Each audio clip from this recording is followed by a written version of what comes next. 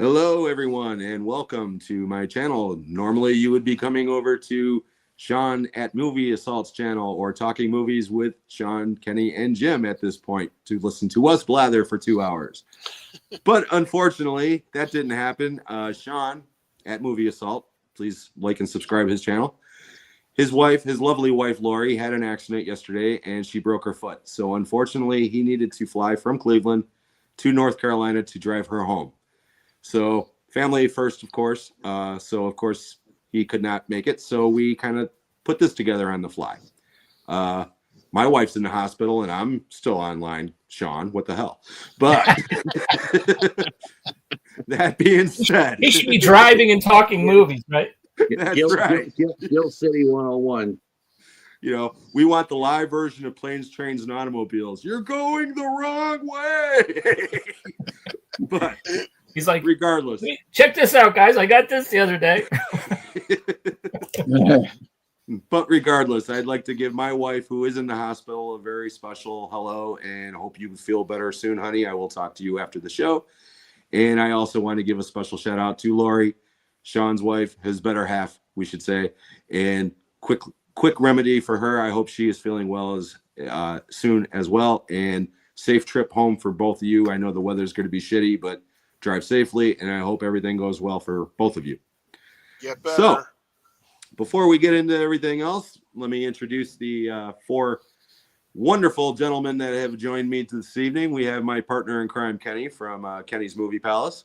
Hey, everybody. We have Happy Texas New Year. Hardcore from the CWO. We have Mr. Dan from Mr. Dan and Horror. And we have Patrick, even though he says IFC Midnights, he is at Paladin Will Travel. And I want to thank all 4 of you guys for being here tonight to help me out. Like I said, I was jonesing to get back up here and talk to people. So thank you very much for attending tonight, guys. I appreciate it. Thanks for having us. Thank you very much. Yeah, And we're just basically going to talk amongst ourselves and to you people in the comments. I'm looking in the comments right now. We've got Greg Brewer. Hello, Greg. Happy New Year to you. Congratulations for winning your the giveaway I had. I hope you enjoyed the movies. And Beat That Diecast, thank you. Happy New Year to you as well. And of course, Anthony, how you doing, buddy? And what year are you on your memoirs, buddy? We need an update on this. Anyways, we're just going to sit here. We're going to talk. We're going to answer questions if any of you have questions for us. But before we do that, before we get to the fun stuff, we do have a little bit of business to take care of. It is New Year's Eve. And I wanted to take this time to recognize some of the actors, actresses, and entertainers who sadly left us this year. So these are kind of in chronological order. I just started in January and worked my way down. I didn't put down dates or ages or anything like that. And we're just going to go through these relatively quickly because unfortunately there's a lot. And there's a lot of great talent on this list. So starting off, we have Glynis Johns, who appeared in Mary Poppins and The Rough, among other movies. David Soul from Starsky and Hutch and Salem's Lot. Joyce Randolph from The Honeymooners. David Emge from Dawn of the Dead. Norman Jewison, who directed Moonstruck and 1,000 other movies. Carl Weathers from Rocky, Predator, and so many other films.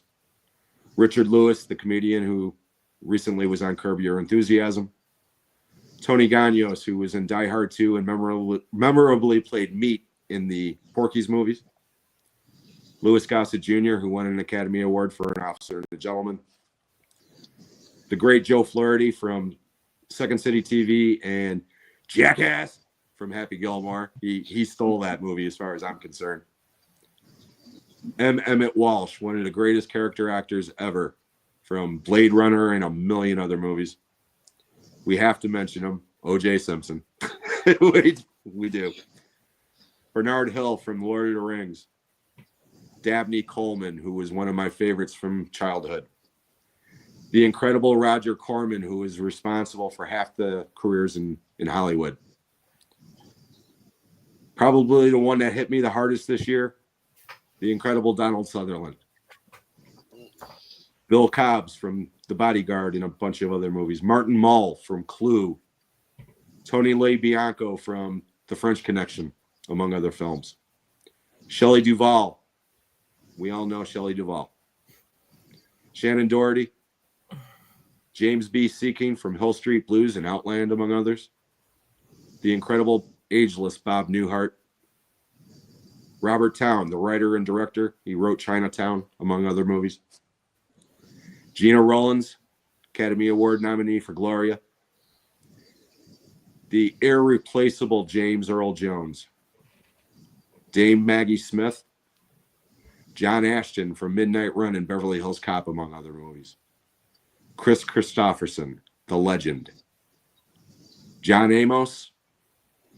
David Harris, who played one of the Warriors. Mitzi Gaynor. The incredible Terry Garr. Tony Todd. Earl Holliman from Policewoman and many other movies. The incredible music producer Quincy Jones. Dale Haddon, who appeared in North Dallas 40. She just passed away last week. Linda Lavin, TV's Alice, who also just passed away a couple of days ago. Michael Cole, who was in the original Mod Squad. Art Evans from Die Hard 2, Trespass, and Ruthless People. Olivia Hussey, who was in Black Christmas and passed away the day after Texas did a watch party for that film. I'm not responsible. Yeah. And last and certainly not least, writer-director Jim Abrahams, part of the Zaz team with the Zucker brothers who brought us Airplane, Top Secret, the Hot Shot movies, and so many more. So I want to take this opportunity. Oh, last and not least, my late brother Greg. So take this moment. Thank you for all of the wonderful memories each and every one of you gave us. And with that, let's get to some fun. All righty, let's see here. We got Greg saying crazy. So many greats gone now. Absolutely. And can you imagine if you cast a movie with even half of that talent? I mean, you could basically do anything with that. There is just so much incredible talent from that. Out of all those, which one got you the most? I'll leave it up to you guys. Because for me, it was Donald Sutherland. That one really got me. Yeah. For me, it was Terry Garr. She'd be in the top 3. Yeah, Terry. Yeah. She was like one of my first crushes that I had, like movie wise. But because I even said, I remember telling my mom, I want to find a woman just like Terry Garr and marry her. Yeah. And yeah, she was smart, funny. Just Mr. Mom, because I used to watch Mr. Mom all the time when it came on HBO, you know, DVD, VHS, and just I loved her. I never watched Young Frankenstein until I was older. Like yeah, see, that was my mid-80s. Yeah, that was my gateway to Terry Garr and Mel Brooks. I mean, but first time I saw Terry Garr in that hay truck, you know, roll in the hay, I was in love. I was just in love. I thought she was ageless. Yeah, and I haven't seen her in years, and Yeah. in my mind she's still young, so that's why that one was shocking. Yeah. I remember seeing her on Star Trek, and I'm going like, when did she do Star Trek? That was like in the mid to late '60s, and there she was. And I'm like, wow, I didn't even know that she had done that. And yeah, and she played her and Gary, her and Robert Lansing. Great episode too. Yeah, thank you for your kind words there, Diecast. What about you, Texas? Which one hit you the hardest? Yeah, I would definitely say it was Terry Garr for certain. That just came out of nowhere. And, Donald Sutherland, too. I agree with you there.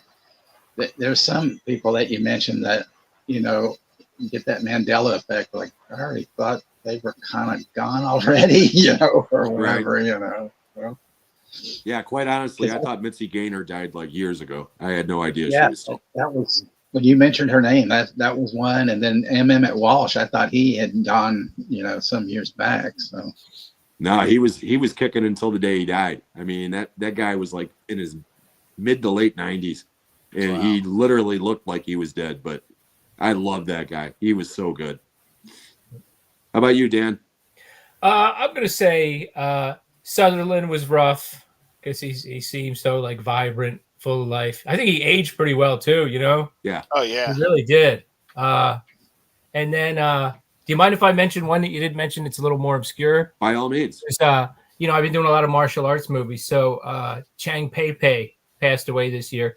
In the 60s, most of the leads in the kung fu movies were female, and she was like top of that. And then her nickname was the Queen of Swords. And then she kind of did more like TV and movies, but then they brought her back for Crouching Tiger, Hidden Dragon. Okay, so I've seen her then because She was the villain. She was the Jane Fox. Okay, That was her. That was kind of a big deal that they brought her back. That was like an homage to her earlier roles. right. Yeah.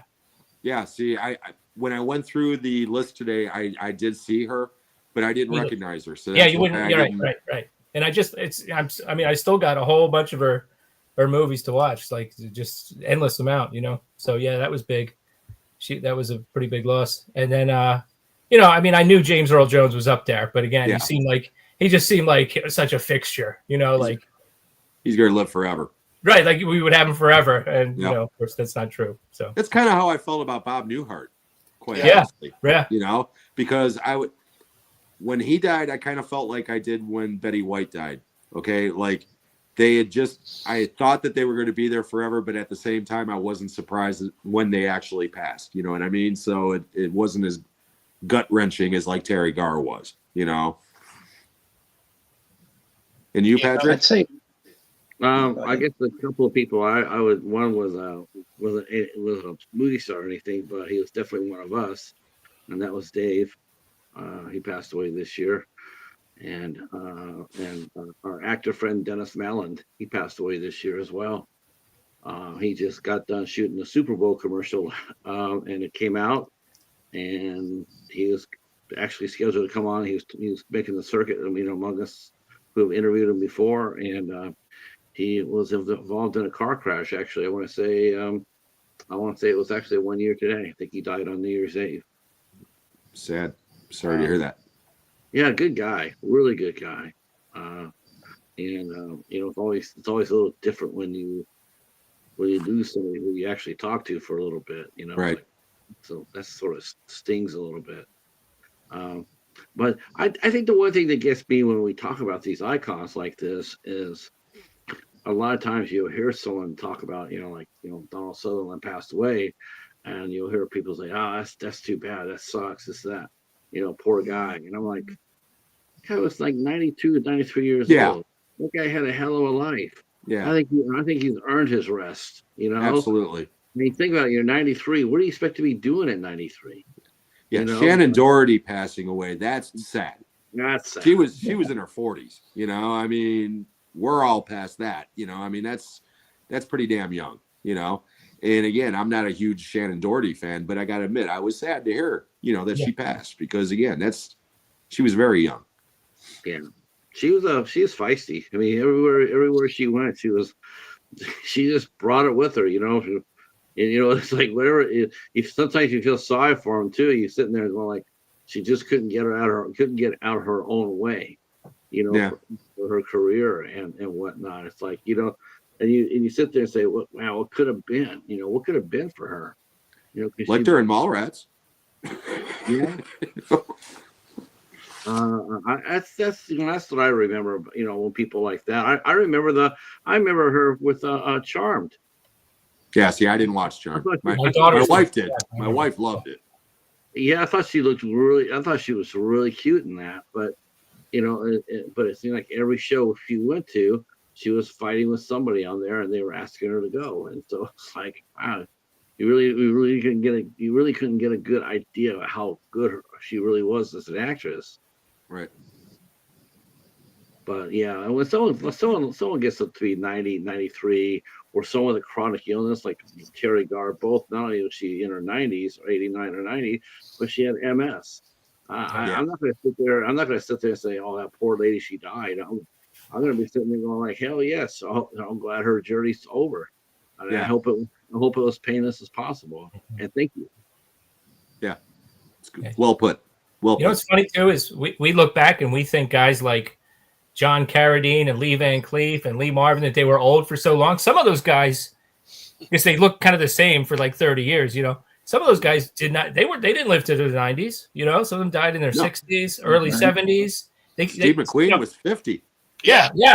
We could have had 20 more, like another 10 years of Lee Van Cleef supporting roles, Yeah, you're right. I mean, back then, different culturally, how life was culturally different. You had John Wayne that was shooting, he was shooting films. Not only was the cast, most of the cast, they're all heavy smokers, but they all filmed on a nuclear island. Yeah. It's like, wow, you got strike 1 and 2. It's Yeah, what? like, but you're glad that what we got. Yeah. Right. That's the thing. Maybe some of them didn't have the biggest careers as far as the body of work goes, but you're just damn glad that you can go out there and look at it. Right. Again, well said. Yeah, what I'd like to do too is, like, after Carl Weathers died, I heard somebody, I think it was Jeff over in the Netherlands, he mentioned the movie Death Hunt, that he was in Death Hunt.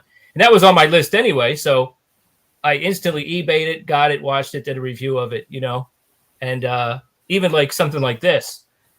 This is probably not the greatest movie ever. Carolina Skeletons with Louis Gossett Jr. Okay? Never heard of it. No, me neither. But, after he died, I was like, I'm going to go out of my way to watch one of his movies that I'd never seen before, That's kind of like what I like to do. Louis Gossett Jr., since you brought him up, I'm sure you guys have all seen this. Have you ever seen Diggstown? Yes. Yeah. With him and James Woods? James Woods. Yeah. That movie is so damn good. So underrated. Yeah, that So movie underrated. is so good. It's really frustrating, especially with Carl Weathers. You go back there, and he passed away, and I said this with Tony Todd too. This is my big rant on Tony Todd. Everybody's talking about Tony Todd passed away, but the only thing they could do was talk about the 3 fucking movies everybody knows him for. That's all they could talk about. They couldn't talk about it. They did over 100 movies, and yet everybody talks about Candyman and Final Destination and The Rock. Nobody else forgets the other 100 pieces of work that he did. He was in that movie. Excessive Force. He was in tons of stuff. And which one? Tony Todd was everywhere. Oh, Tony Todd was everywhere. I mean, He was. I feel sorry for someone like Carl Weathers. When you go back there and you think about, how iconic he was, then you go back there and you look and you really see that he really didn't get very much work. No, because he's typecast. He should have Everybody thinks when our generation know him as Apollo Creed, or Dutch. the Gen or like Action Jackson. I loved Action He Jackson. should have got a franchise for sure. Yeah, I don't understand why that never got a sequel. Yeah. Because it didn't make any money. Oh my God! But, they had, but they, at they, the they had time crazy they movies. were expanding the video. Yeah. They had Made crazy- for video. That would have been such a good. That's like the other one I have a problem with, Remo Williams. Yeah, it bombed in the theaters, but man, that was a video hit. Oh, believe me, I've been bitching people to watch Remo for years. And Yeah.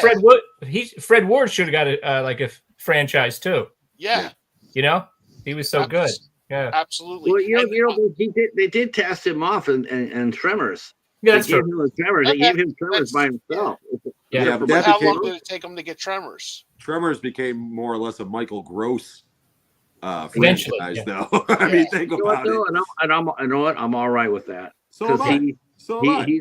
I absolutely loved him for that. And what I really loved about it was because he loved doing the movies. When he got, every time he talked, you hear him doing an interview with it, he was happy. He was the happiest guy to be on set. Real quick. Thank you, Daniel. Thank you so much for stopping by, and Happy New Year to you, my friend. He's in the UK, so Oh, okay. Happy it is New New Year. Year's there. So, yeah. Thank you so much, my friend. We'll be chatting soon. I'm sorry. Go ahead, Texas. Or Patrick. Texas, we can't get Texas to shut up. It's just I can't get a word in edgewise with you guys, man. Okay, here's where you can get a word in Edgewise, Texas. Now, I didn't mention any real musicians in my little eulogy other than Quincy Jones, but I almost mentioned Sid Vicious. But he died years ago. Yeah, the wrestler. Oh, but shit. he's not a. Oh, wait a minute. No, wait a minute. I saw Sid Vicious on the damn obituaries, and I thought, oh, shit. It's a good thing I didn't mention Sid Vicious. That's God, Psycho yeah, Sid. Because I don't know shit about wrestling. Sid The Sid Vicious has been dead since '79. So yeah, I thought so. That's why I was confused when I saw it today. I was like, okay, maybe he had a kid. but Psycho Sid was a good wrestler. since you mentioned, musicians though, two of them that got me though this year was Steve Albini, who was a producer, but he was in the bands Big Black and Rape Man, and also Shellac. Shellac, awesome movie, Yeah. awesome records. Big Black and Shellac's just like, if you wanted to fix everything that was wrong in the world, put on Shellac and sit down in the darkness. It'll cure it. Yeah. Amazing. I saw a Shellac show one time. It was actually an early morning show, which is rare for anybody. And it was so weird having to get up, at 9 a.m. and take a bus down to the venue, and it started like at 11 o'clock. It's so weird, but it was nice to have a afternoon off. Right. But, yeah, I know him mainly from his producing work. I'm not familiar with Shellac, so I'm going to check into that. But the other one was a great singer-songwriter from I can't remember where he hailed from, where he was born, but he lived in Austin, and that was Gary Floyd, who was in this punk band called the Dicks. And then he moved to San Francisco at one point, and he was in a band called Sister Double Happiness. And then he did stuff also like on his own, and great guy. I mean, I actually, knew him for a bit. I didn't, know him for most of his life, but he was an acquaintance of mine for a while. So that kind of hit me hard, and stuff. So, yeah. Great band too. I had a couple of the records, Sister Double Happiness. I had a couple of their other albums. I saw them play twice. And I never got to work with them, but I know they used to play at the Slams. They used to play where oh my gosh, Bottom of the Hill. Big bands that played in smaller venues, but that was a fine too. I didn't. Do you live in California, Patrick? I didn't know that. I did. I lived there for 36 years and worked in the Bay Area. Worked in the San Jose, San Francisco area for 10 years in live music. Oh, okay. Well, because I know you had mentioned live music and stuff, but see, I lived in San Francisco from like '86 to like 2000, and I used to go to Bottom of the Hill and Slims, and just wherever there were shows. Bottom of the Hill is the best. It really was. Oh, I know a lot of people. I know a lot of people loved. They love Gilman 924. They love. Slims. Just, I don't know. It just didn't. It had a great lineup. They had great lineups, but that venue just really never had much soul to it. But I used to go there. I used to go to Paradise, DNA. Go down to the Haight-Ashbury area. Go record shopping down there. A lot of fun. Yeah. I used to go before it closed, but I used to go to Clubfoot and some of the places on Valencia, when people would have certain shows and things, and the Farm when it was still around and stuff too. Who's your favorite? Who's your favorite? I just mentioned. I'm going to ask this because I just got done talking to. You remember the Morty and Connie show? The new Morty show? No, not really. They dressed up like they had featured Miss Connie Champagne, and it was sort of like the Royal Crown Review. but with a lead singer Connie and Morty. Morty was like 5 foot nothing, maybe a little shorter than. And they dressed up in their nines. They dressed up to the nines and in the great dresses and whatnot. I used to watch. I went and saw them play a few times. I remember the name kind of now that you mention it, but I never really, I never saw them or anything, at least to my knowledge, because I was always, like later in the, 80s and or late 80s and 90s when they reopened the Fillmore. I was going to a lot of shows there, and of course the Warfield and everything too. A question for you: did you eat very many tears when Bill Graham died? You want an honest answer? Yeah. No. Yeah, me either. Me either.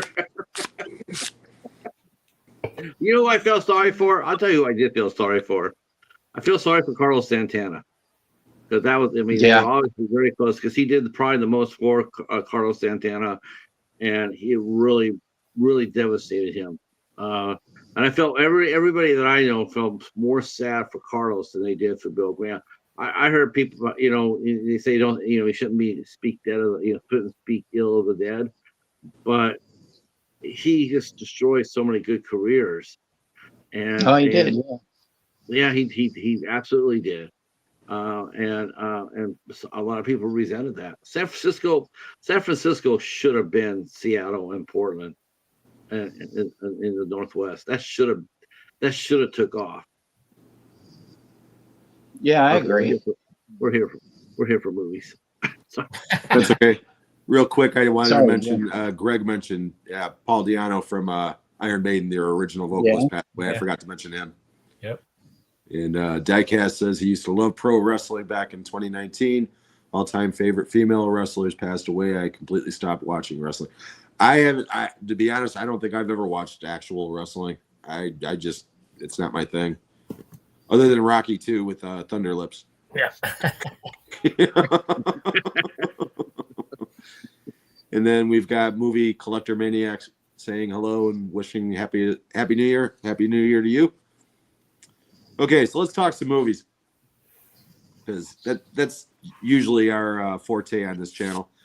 Without going into like favorites or anything like that, was there anything that you guys saw this year that completely surprised you, either positively or negatively? Like something that you were looking forward to and it disappointed you, or vice versa? Go ahead, I'm Patrick. gonna let Kenny go because I want to see what he has to say. Well, we know that he really, really, really was disappointed by Snow White and the Seven Samurai. I want to see his reaction. I want to see his reaction to the movie I'm thinking about. I'm going to see if we truly are connected on this, because I think it's a freaking fantastic movie myself. It wasn't my number one, but I would definitely say it would be probably my number two this year.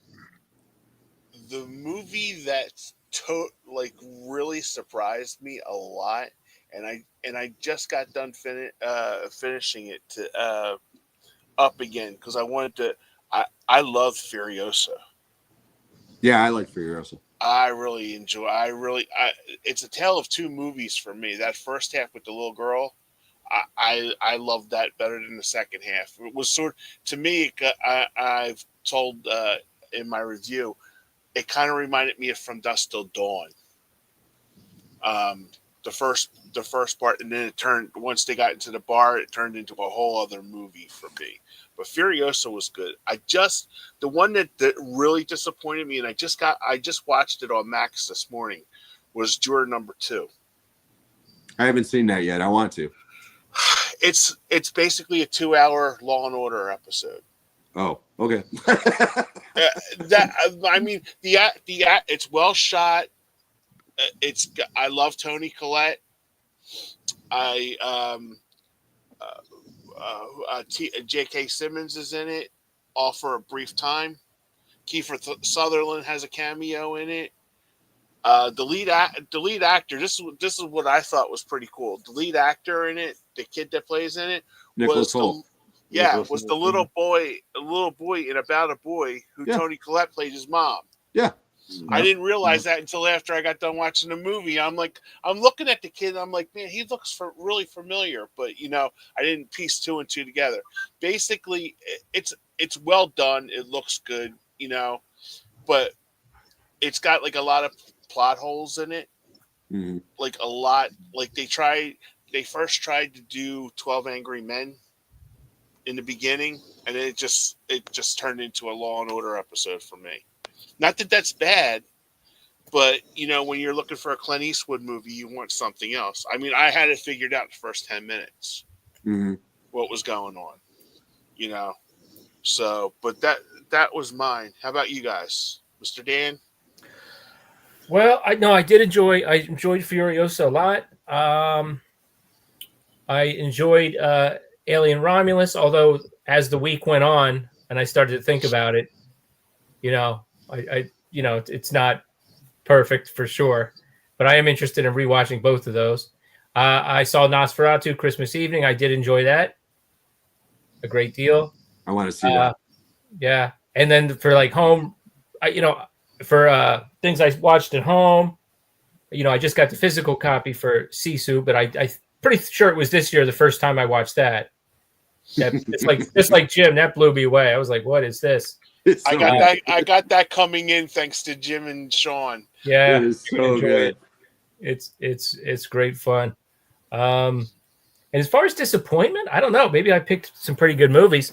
The last movie that I watched all the way to the end that I really just didn't like was It's a Wonderful Knife. But I'm guessing that came out before Christmas last year, so that would have been last year.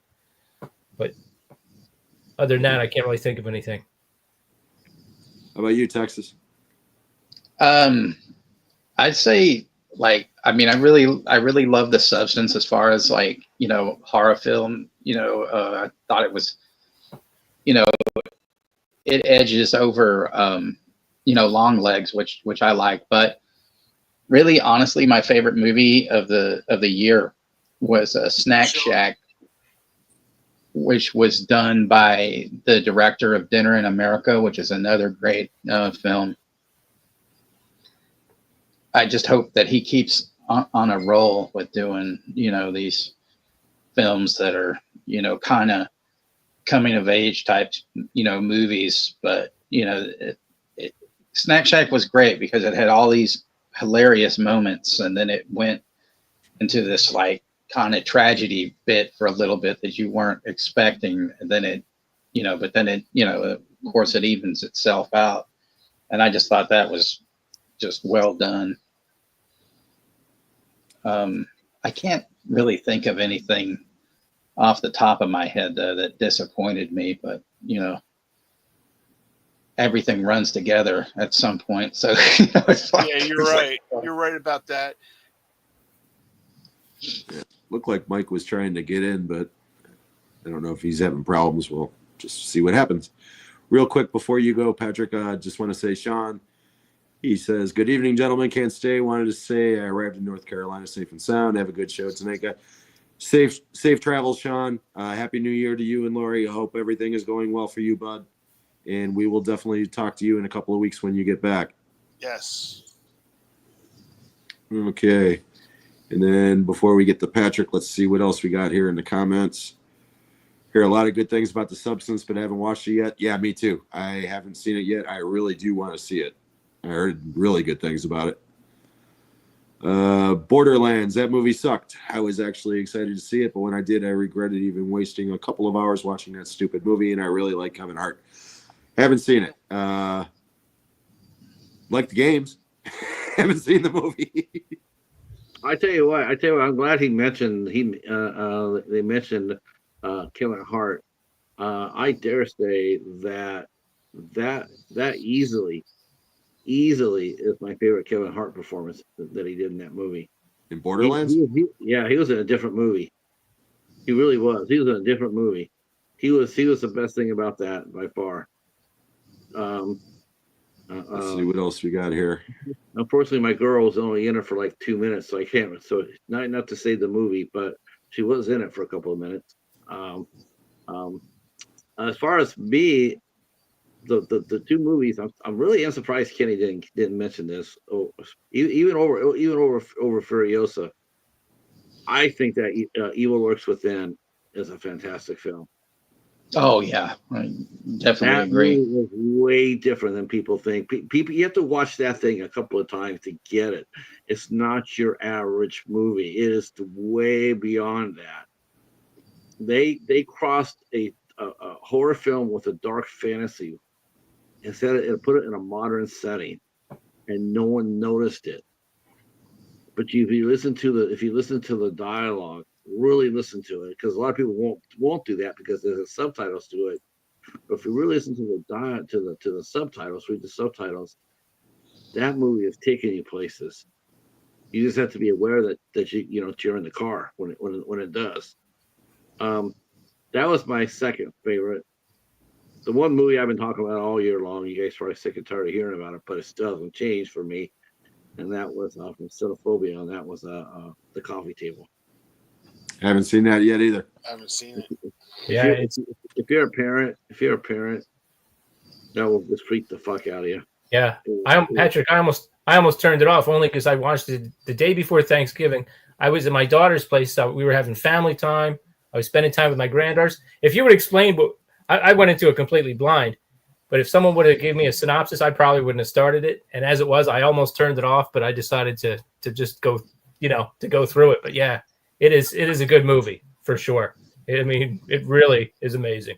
It's a very, very dark film. It has some humor in the beginning of it, a little bit, but then once the scene where the guy's he's just staring. Oh my! It just freaked the hell out of me. Yeah, It freaked the hell out of me. freaky. It was so devastating. It's a movie though. It's a movie. You can't sit there and say I loved it. Right. Like Evil Lurks Within. I love that movie. I liked. I really, really liked Late Night with the Devil. And I could watch those multiple times. But Coffee Table is one of those ones where it's like, I watched it, I saw it, I survived it. I got it up here. Yep. Yeah, It's on Tubi, boys. Yeah, it's a great movie. It's a I'm gonna great check it out. movie, but I don't know if you can see it more than once. Yeah. But what's exciting is that movie and like where Evil Lurks, you can tell that there's massive talent involved in both of those movies. That's what's exciting to me. So I'm like, okay, what are they going to do next? You know what I mean? Argentinians can make movies. Yeah. My first exposure to Argentina was a movie called Luciferina, and it also came out from what was art exploitation. I had never seen an Argentinian horror film before at all. It was my first time I saw it. It was amazing, so damn good. I was like, I think when people mention foreign films, I think when they mention foreign, they think of either J or the K, the Korea or Japan. Mhm. But there are some really, really wicked horror films out there in South America. Yeah. What was that one years ago that was the whole movie was one take? And I know of course they had to remake it here, but it was, which was pretty good. But the whole movie was one take. Even when the camera went outside windows and stuff, it was pretty wild. Yeah. As far as the one take from a foreign movie, I saw one that had a 40-minute take, and that was Molly. Oh, and their one take, holy shit! Man, you're getting exhausted just watching it. And it was 40-minute fight take. It was amazing. Maybe you were on Molly. Julia Balaban? I wouldn't be such a bad thing. She's very interesting. So Kathy is a fan of Terrifier 3, which I still haven't seen. That was pretty good. Yeah, I liked it. And Sean is here. Hello, Sean. Happy New Year Hey, to Sean. you, my friend. I hope everything's going well with you. Greg wants to know, has anybody seen the Happy Gilmore 2 teaser yet? No, I have not. Nope. I know it exists. I just haven't seen it yet. Not you know what? I thought maybe I'd be more jazzed for it, Yeah. but I just to me, It's it's just 20 like, years too late for me. yeah, it's 20 years too late. I'm not jazzed up for it at all. Yeah. They're gonna be circling the old tire, same old tire jokes. You already know it.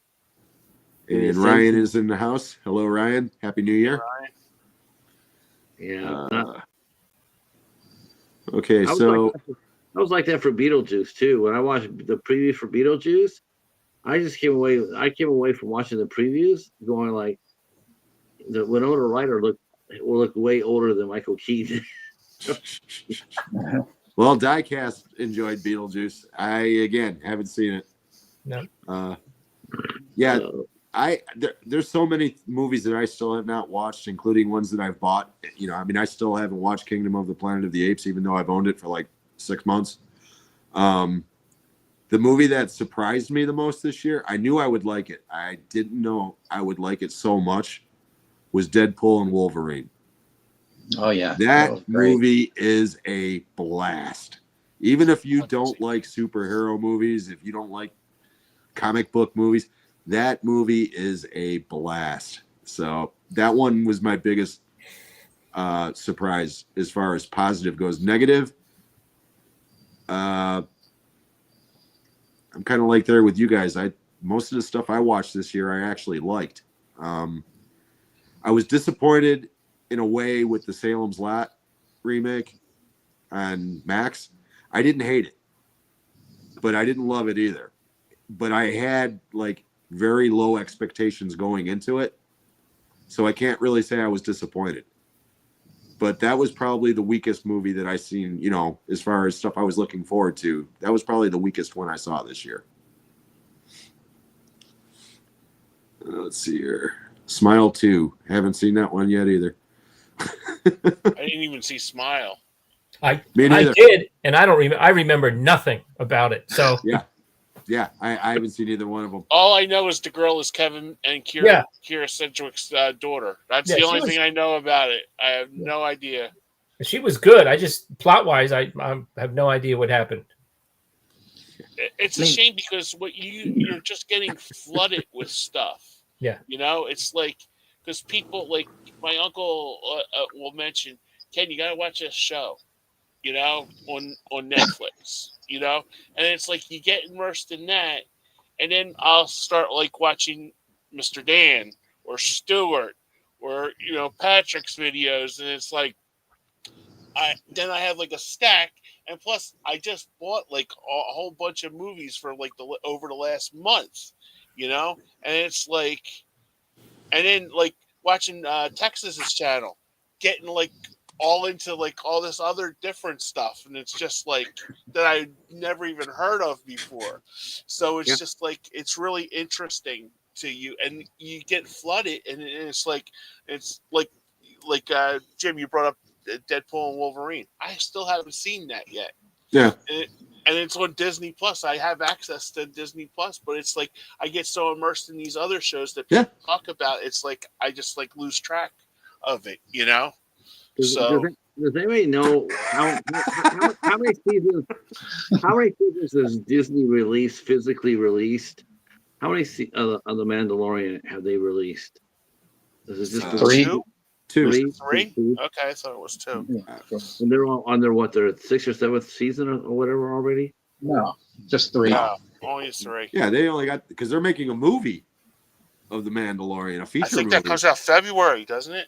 I don't know, but I know they're turning it into a movie. To be honest, that's another one. I watched the first season of that show, and I liked it. For what it was, I enjoyed it. Haven't watched anything since. I haven't watched any of the Star Wars stuff on Disney. Yeah, there's nowhere to get it. I mean, there's nowhere to get it. Well, again, I've got Disney Plus as well, but I'm talking about physically, because I'm a physical guy.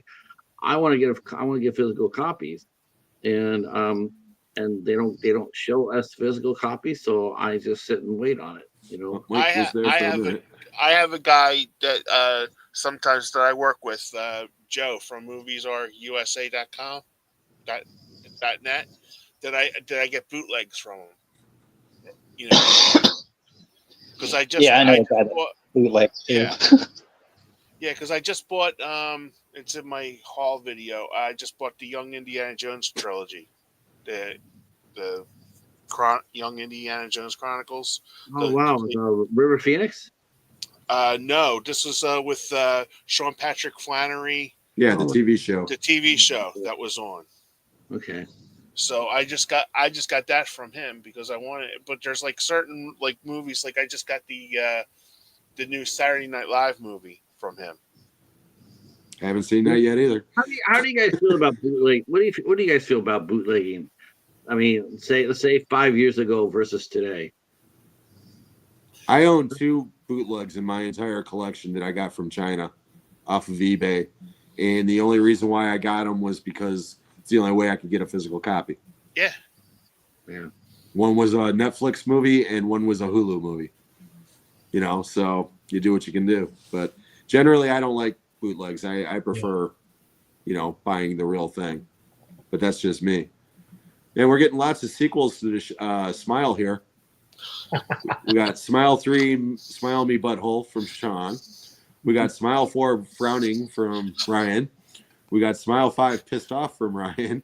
We got Smirk from Greg. Now we've got some franchises. Smile versus Faces of Death. I like that Smile one, 6, Sean. Just Don't. Smile 6, Fix Your Teeth. Smile the Musical. Smile on Ice. Speaking of musicals, what did you guys think of Joker 2? Electric Boogaloo. I didn't because I didn't watch it.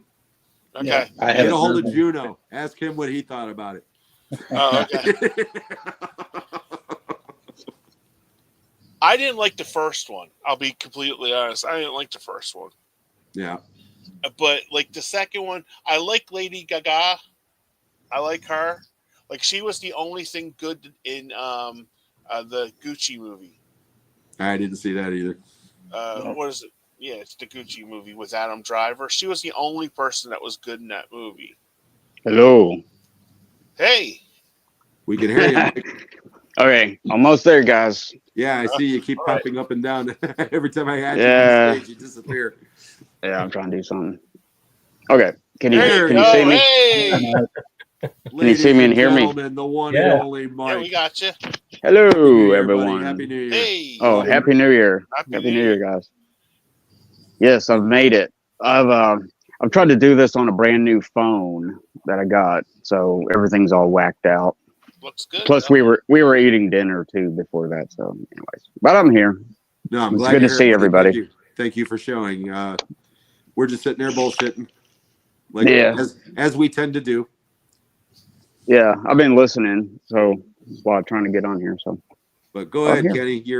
Your in-depth review of Joker 2. Oh yeah, I just did. I liked Lady Gaga, but I didn't.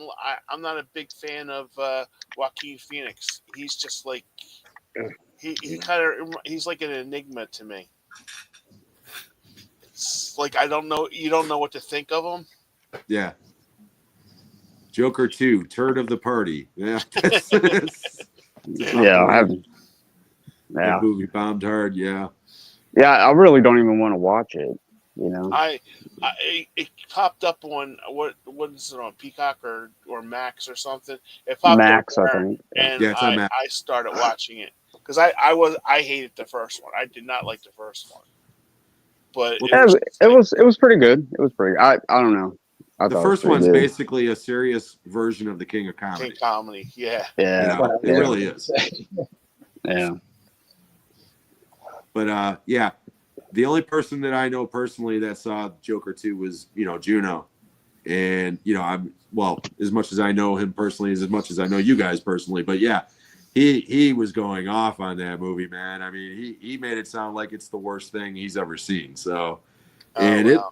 it looked really bad. So I was like, the first one I thought was okay for what it is, but when I heard that they were turning the sequel into a musical, I was like, what? And then I heard that there's like some, What do you mean? Like, were you happy that it was going to be a musical, Jim? no, like what in the hell is that? And by all accounts, it's really bad. I mean, I just, again, I might watch it on Max. I got Max, but I have a feeling if I do, I'll end up turning it off. So I probably won't even bother. Oh, let's see what else we got going on here. So, Mike, Yes. What was your biggest surprise movie this year? What movie kind of caught you off guard more than anything? Oh, gosh. I was just thinking about this the other day. This year. Oh, man. What was it I just saw? I don't know. I'll think about it, man. I have to skip this one. I can't think of. I haven't seen a lot of new movies, so it's kind of. Yeah, we me were too. watching. Yeah, we were watching something the other day. It was really good. Crap, I can't think of it, man. I have to. Do you guys have like a favorite New Year's movie? You know, a movie that's about New Year's, other No, than New not Year's Evil. No, not really. We have some Christmas movies, but not Yeah, not so much. me and Eric from Hey Internet, it's Eric. We did Merry Schlockmas, and that I almost got him out of there. I almost did. I had 2 good shots at it. Almost got him out of there, but he hung on by the skin of his teeth.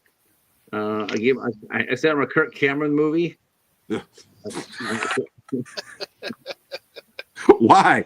Why would you do that? Why would you send him a Kirk Because Cameron? I was trying to get him to turn it off. That's what I was like. And then I got him one with all cats called Santa Claus. It was all cats. It was a family movie. I thought I got him with that one too. But he was cursing me up a storm.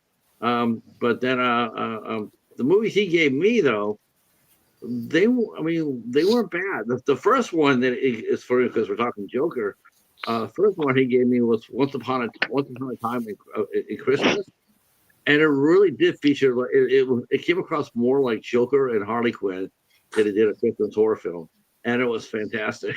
I was like, well, this is pretty badass.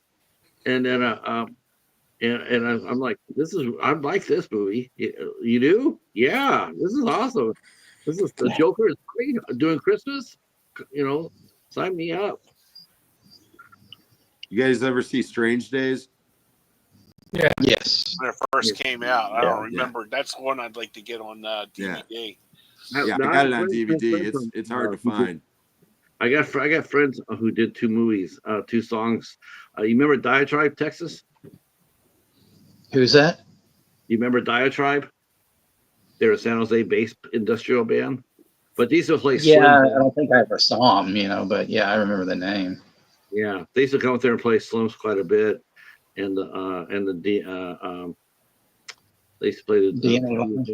yeah, it was they're a good band, but they had a cameo in that movie, and then I have a friend of mine who was in that movie for a little bit too, a lady named Kylie Ireland, and yeah, she was cool, but I haven't seen For a an copy of it. actress? Yeah, she's retired now. Way Oh, retired. okay. She's a beautiful girl. She's a really, really extremely intelligent girl. Yeah, I always loved that movie, but it's really hard to find.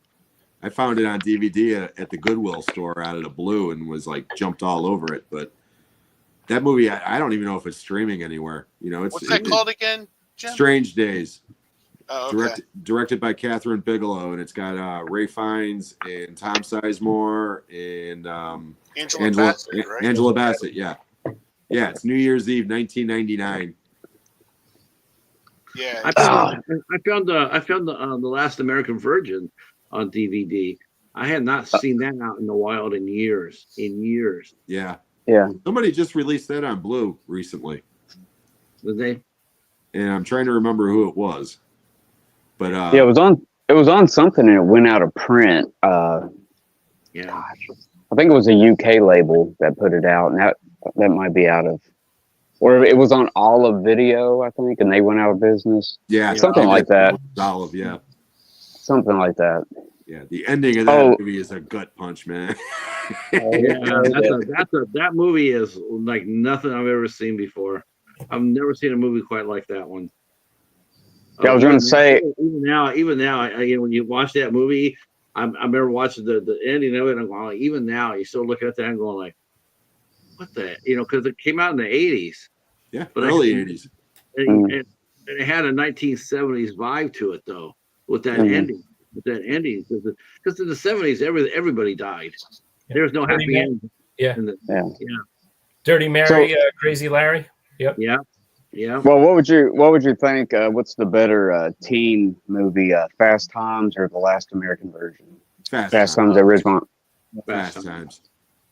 But Fast Times. I like the American Pie though. I like that a lot. I like that a lot. Yeah, but I like Fast Times because maybe it's because I was a teenager in the '80s, and there were so many of those sex comedies, But to me, the only two that were even remotely believable to being in high school at that time was Fast Times and The Breakfast Club. Yep. That was it. Wait a minute. What about private school for girls? Yeah. Well, I never had any topless chick, Betsy Russell doing her thing. I would have went to that school. How about what about Secret Admirer? Would that be one of those? Secret Admirer? Yeah, actually, that one could also probably fit in that one too, because that one's not I got as one for you. as the other ones, like Risky Business and Porky's and all the other ones that are like, what? Where the fuck did you go to high school? Because I never saw. None of my friends ever ran a brothel out of their house. None of my friends ever went to a floating whorehouse. None of my friends, So, but yeah, Secret Admirer, yeah, that would fit in there. Well, I got one. Just One of the Guys. You remember that Yes. Oh yeah. I was just going to mention that Joyce Hauser. one? Oh But yeah, she that never was. once looked like Good. a guy. Golly. She's Yeah. never once looked like a guy. I'm sorry. I mean, I love that movie. But Mhm. come on. She looked like a chick dressed up in guy's clothes. I don't care. Yeah. I mean, seriously. That white Yeah. bikini by the pool. No, the Yeah, that was.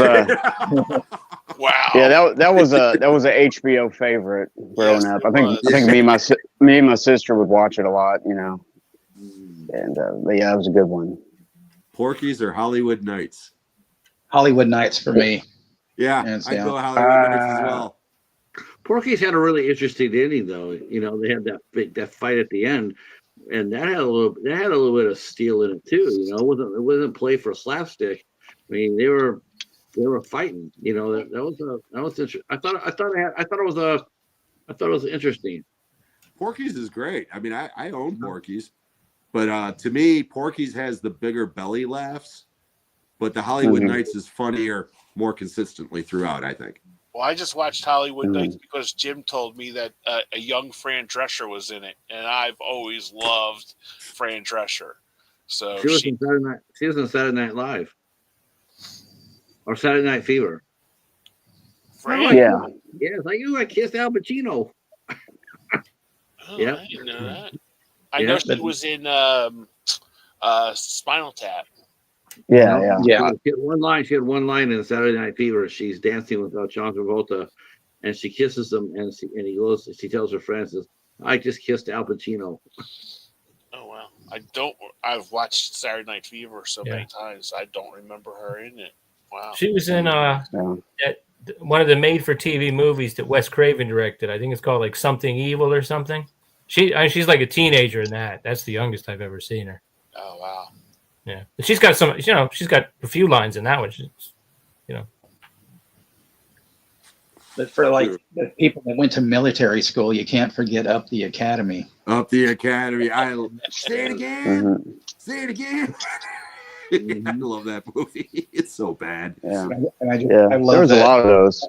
A lot of those in the 80s, man. I don't think any of those would be made nowadays. No. I totally love the line where he's like, "Tickle your ass with a feather." She's like, "Excuse me? Oh, I said we're having nasty weather." It's particularly nasty weather we're having. No, my favorite line in that is, you want the top bunk or the bottom? How about the top? You don't wet the bed, do you? No, I generally just piss over the side. Okay. My favorite teen movie is Mean Girls.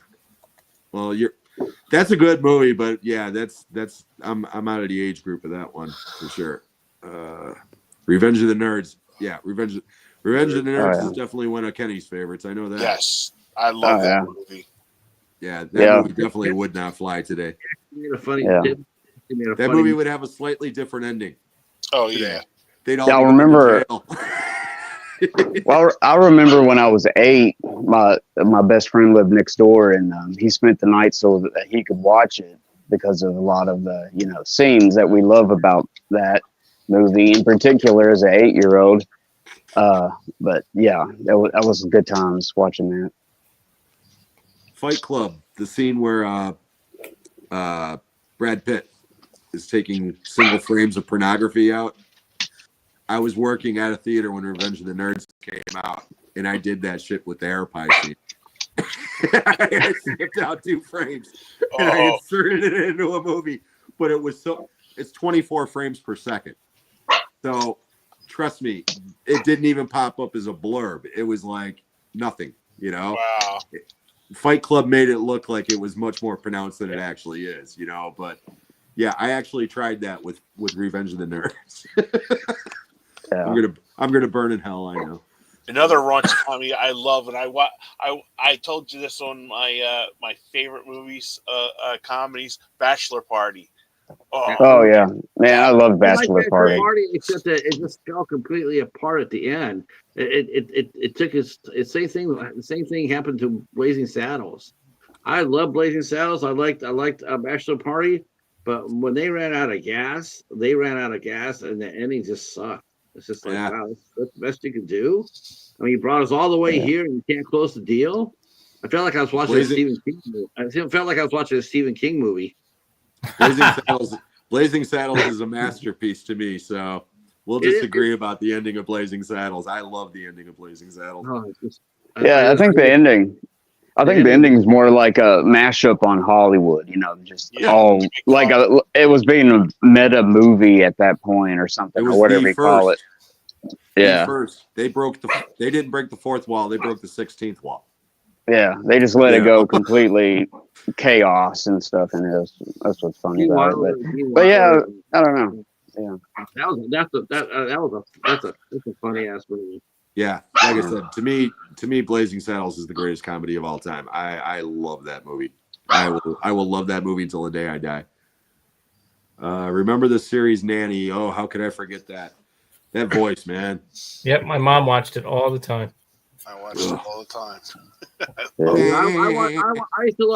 reason I used to watch that show because I watched an episode of Star Trek: The Next Generation. And Daniel Davis played Sherlock Holmes like 3 times. Yes. And he was great in it. Fantastic. And after that, I started, I've never seen this. I've never seen the Nanny before. So then I started watching it. And oh my God, that guy of course, he ended up marrying his foil. But yeah, he used to wear the shit out of her out. The girl who was trying to, they were capping on each other back and forth. He was wearing her out. Man, you felt bad for her because it's like you're not getting any lines at all. You're not getting any laughs at all. He's just crushing you. Spaceballs. Yeah, Spaceballs is great, but it's not even in a top 5 Mel Brooks for me. Because no, not so much. Young Frankenstein, Blazing Saddles, The Producers, History of the World, and High Anxiety. And High Anxiety. How can what I really fell in love with was Silent Movie. Yeah, I was going to say, Kenny. I love that movie. Yeah, I just watched that the other night, and man, it's funny still. The whole thing with James Caan and Burt Reynolds in the shower. I mean, that all you see is these hands and stuff. And it's like and Dom DeLuise holding the heavy bag for James Caan. He just punches him in the stomach, and he's down and stuff. Or the pregnant lady gets in the car and it tips up. It's like it starts with that and it kind of ends with that, I believe, with something to do with that. Yeah. Pregnant woman in the car. Yeah, the Marceau joke is the best joke in that movie, but unfortunately, nobody under the age of 50 would even get it now. Yeah, that's true. Because that joke it's brilliant. The one word in the whole goddamn movie, and it's from a famous mime. Yeah. That's that's a really underrated movie there. Probably because it is a silent movie, but it's hilarious though. Yeah, I would say Spaceballs was probably my last favorite Mel Brooks movie because I don't really like anything that he did after that. I don't like Robin Hood. Yeah. Well, Life Stinks, man. I like that. God, when that came out, I had a lot of hope for that. Like that was going to be like, because I got into them somewhere after Spaceballs, but really, discovered them and stuff. And then it was Yeah. like, oh, the new movie's getting ready to come out. And it was just big disappointment on Yeah, that I one. haven't seen that one since VHS days, and I remember I didn't like it, so I don't think I've Yeah. seen it since. That Yeah. was like such a good thing about VHS back then, like in video stores, because me and Mr. Dan will attest to working in video stores. Yeah, me If too. something came, okay, that's right, yeah, and you could just go down a rabbit hole with it because that's how I became such a Bogart fan. I watched one movie and it was like I had to get every movie that he was in and watch it. You I know? worked at the video Mhm. store during a very notorious time in movie history. I don't know if I've told you guys this story. I've told this story to Gareth over on Video Tasties, but I was working at the video store in 1986, and that's when the Tracy Lord scandal broke. Oh yeah. Oh, no. And we had a lot of Tracy Lord's movies, behind the counter or whatever.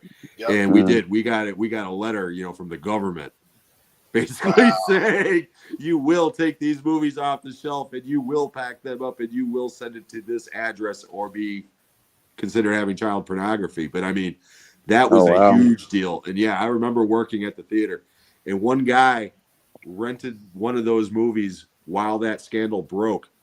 And when he returned it, he had a look of like such embarrassment on his face. And it was like, hey, buddy, I'm right there with you, man. Wow.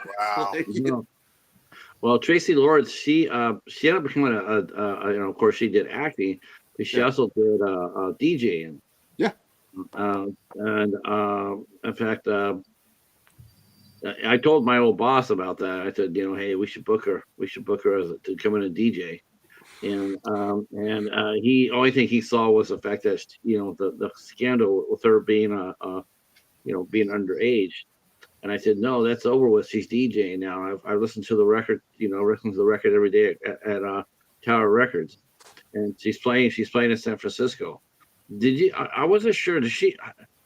I don't know if you remember this or not, Texas. I wasn't. I want to say that she played.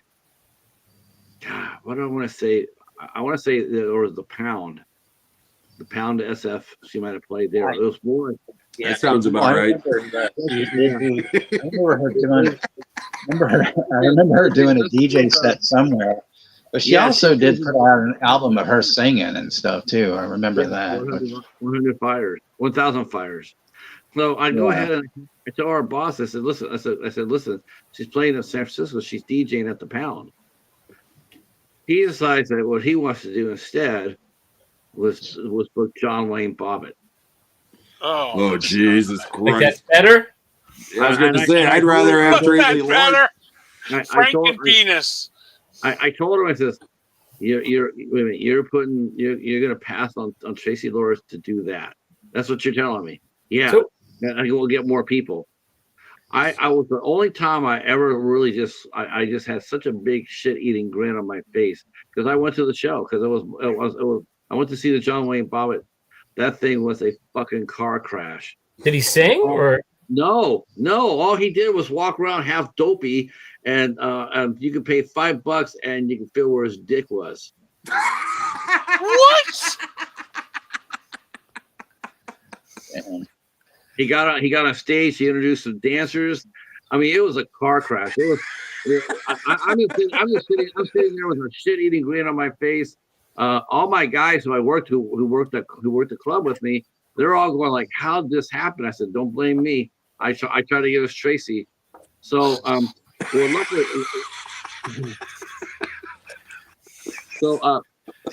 luckily for everybody involved, my friend Jimmy got a chance to do the show at the Oasis, and because he says, you should have listened to him.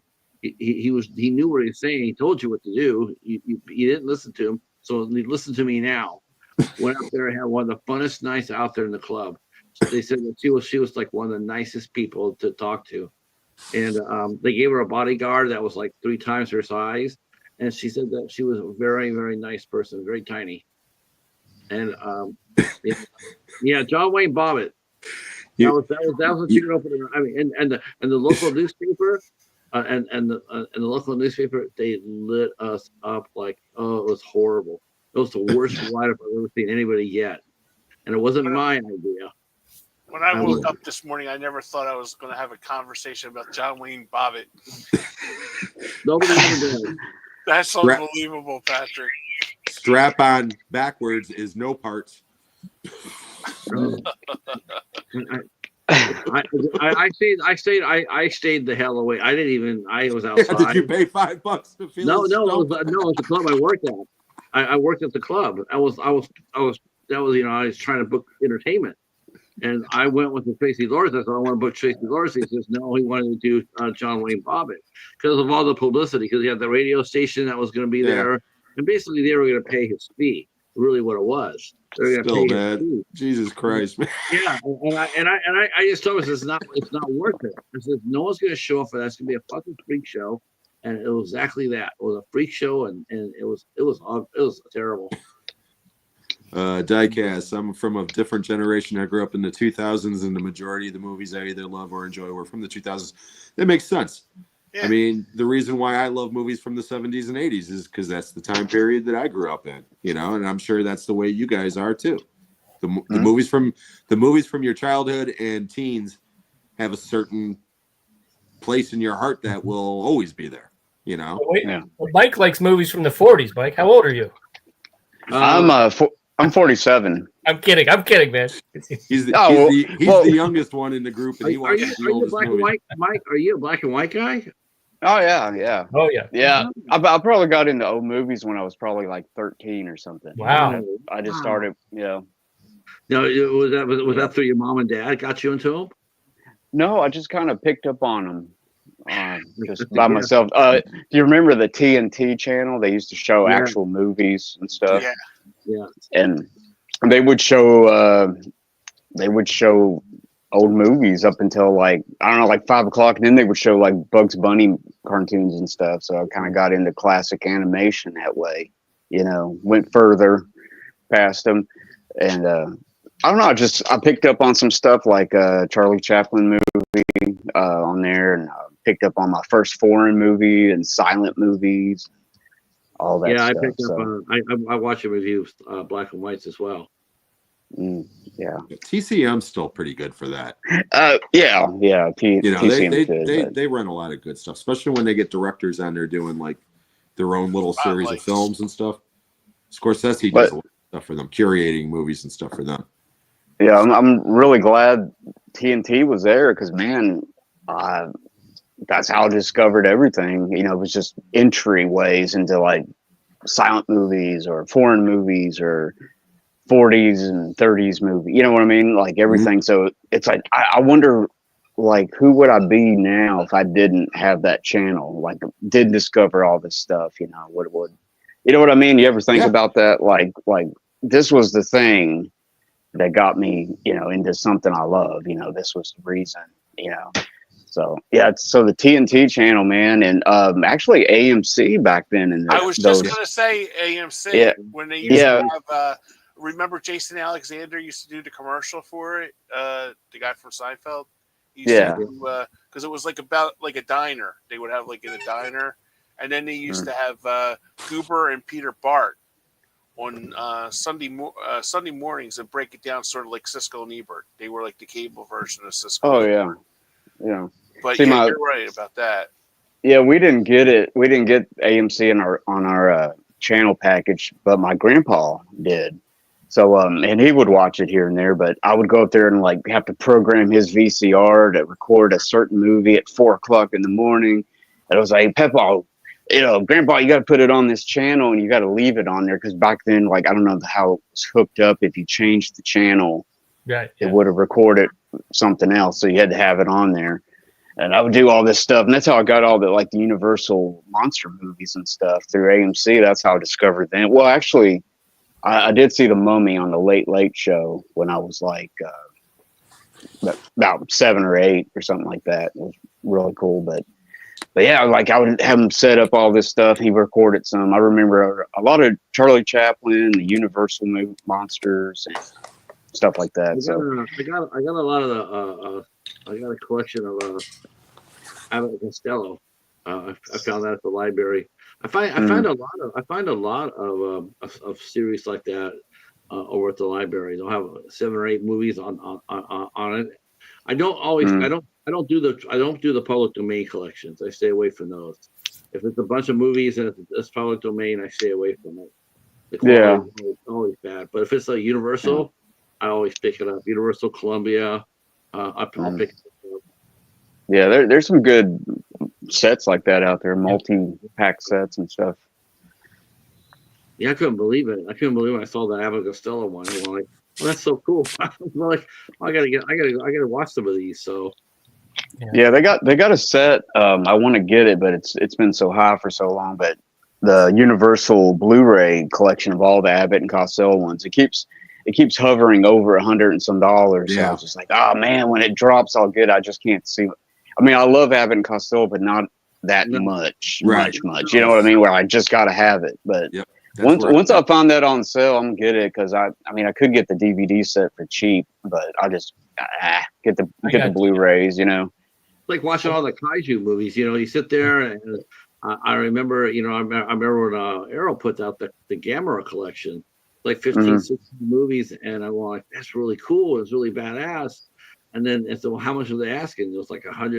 I think they're asking for $300 when the fish came out. And I'm looking at it, I'm like, I have public domain movies here. There you go. Those are still watchable. Why do I need to spend $300 on? I mean, I love Gamera, but do I think he's worth the Criterion treatment? It's Gamera. Yeah. Well, they also Criterion had that Godzilla. What was it? Was it the Showa years, or what was it? Or one of the two. The Toho collection. Yeah. Was it the Toho? Okay. But yeah, that go ahead. Yeah, that's a real nice set too. And same thing. Like I do love Godzilla, but it's like I'm gonna wait till I can find it a little bit cheaper. You know what I mean? Well, not only that, but they're going to come out with a 4K version of it. Yeah, see, you never know nowadays. Like especially Criterion. Yeah, they keep putting out stuff. Like I already have that on Blu-ray. I don't know if I want to rebuy it again. In 4K. I don't know that I would want to see those old Godzilla movies in 4K. I don't need to see all the wrinkles in the suit. Dan, that's why I didn't get the Criterion collection. I have the Godzilla 13 classic movie on DVD, the box set. I'm fine with that because I want to hear the crinkles. That's why I love the Godzilla -1 in minus color, because that's how we grew up watching Godzilla. You know, on a 13-inch TV, watching Channel 48. You know. Yeah. So here's my public domain copy, and it's Japanese monster movies. Every time you say that, you already know it's Gamera. And look, they already put like a War of the Monsters, Destroy All Planets, Gamera the Invincible, Attack of the Monsters, Gamera versus Gaius, Gamera versus the Deep Monster X. So 1, 2, 3, 4, 5. There's 7 movies right there, and I got this as a gift. And Bo's got this. I think he said he only got paid for. I think he only got it for $1. $1. Oh wow! And you see somebody come out there holding up the Gamera one, and they want $300 for it, and I'm like, I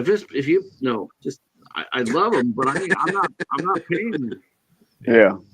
Oh, I would be fine. I guess I would be fine with getting them on DVD. You know, but you know, I don't know. Some things I really like. I don't mind watching them on DVD. Like some of the.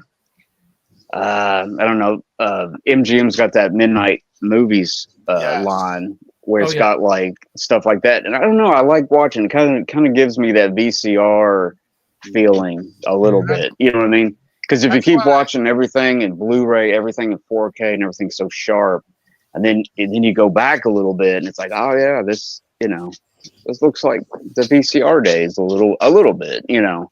That's why I don't mind getting movies on DVD. I mean, a lot of people poo-poo No. it, you know, Mhm. and it's Oh, just man, like no. I just picked up a set of 5 monster movies from the 60s Mm. that Amazon had on sale for like $4.99 during Christmas. See, that's And a great deal right there. Mhm. yeah, I'll see which. I'll tell you Yeah. which ones had on it because I literally just I ordered it early and I just got it on the 23rd. Yeah. I keep looking at your haul videos to come out, Kenny, because you're like the detector now. It's like if anything's new going on over at Hamilton, I'll know about it because Kenny will be there talking about it. Mhm. Oh, yeah, Yeah. Yeah, I love like next Monday night they should be dropping new stuff on Hamilton Book because Okay. it seems like Okay. every the second week of the month they put it out. That's basically where I shop now. I don't really shop too much on Amazon. I love Hamilton Book because you can Yeah, get me like too. very diverse stuff on Hamilton Book, and plus they're the Yeah. only place that like Patrick knows that you can get the IFC stuff. Yeah, you and I we're fiends over there. Yeah. We're fiending over there. Going like, man, I hope they have more than one copy because I might be taking the last one, Kenny. Yeah. Well, some of the DVD packaging from back in the day, there's some really nice like collectible stuff, like single movies, but they're really done up really good. You know, Warner Brothers did some good ones with the slipcase and stuff, and I think they're just very collectible. You know, the collectible person in me wants that, even though I have it a better copy or something. But it's like this packaging is cool. I mean, they just don't do that anymore.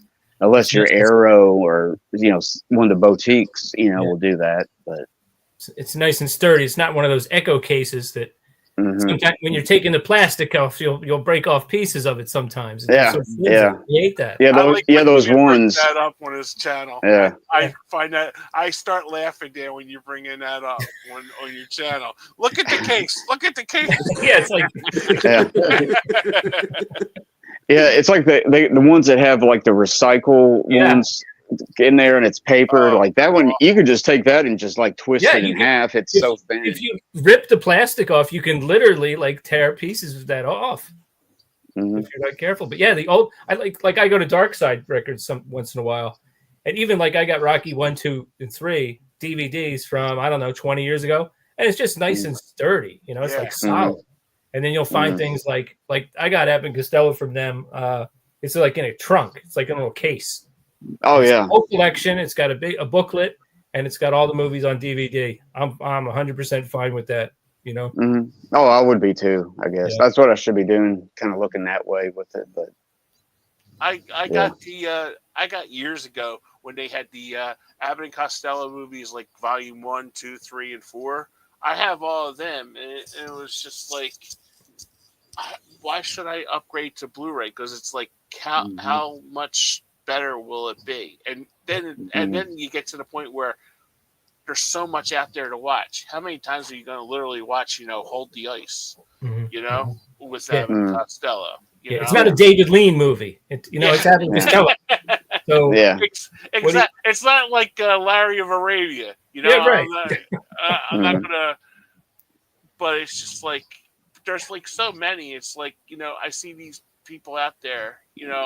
Just like, well, I had it on DVD, but I'm just like I had the Blu-ray. Now I'm doing the 4K. It's like, dude, how many friggin' times you gonna watch a movie? It's okay to get it and upgrade it. But it's just like I only upgrade mine through the library. That's the only time I ever upgrade. Dude, you're getting them for 25 cents. I'm like, and I'm thinking to myself, I like when he goes, well, I took a chance on this. I'm like, dude, it's a quarter. It's a game of Pac-Man. You're taking a chance. I wish some of those libraries still had that cost because I'll buy stuff on eBay and it's from a library. They're selling off their stock, Yeah. But they sure aren't asking a quarter at then. They're asking like, what I mean? Like plus shipping. $6, $7, $8. Yeah. Me Yeah. too. I get my stuff from eBay. We think they're still doing that. We think that the library does that for the movies on their side. They'll throw a few trinkets our way, But we think overall that that's what they're doing at our local library. Wow. We don't see Yeah. we hardly see any horror at all anymore. It hardly ever pops up there, and it's just like, Horror is tough to get just in general. You like, even when you're going through the eBay listings, and all the movies that are expensive are the horror ones. Yeah. Sometimes you get lucky right after something comes out, because some people will get it and watch it and go, "Oh, that's not what I thought it was," and they get rid of it. Like when right after Kino put both of the old Kolchak movies out, the made-for-TV ones. Yeah. The next week they were both at FYE.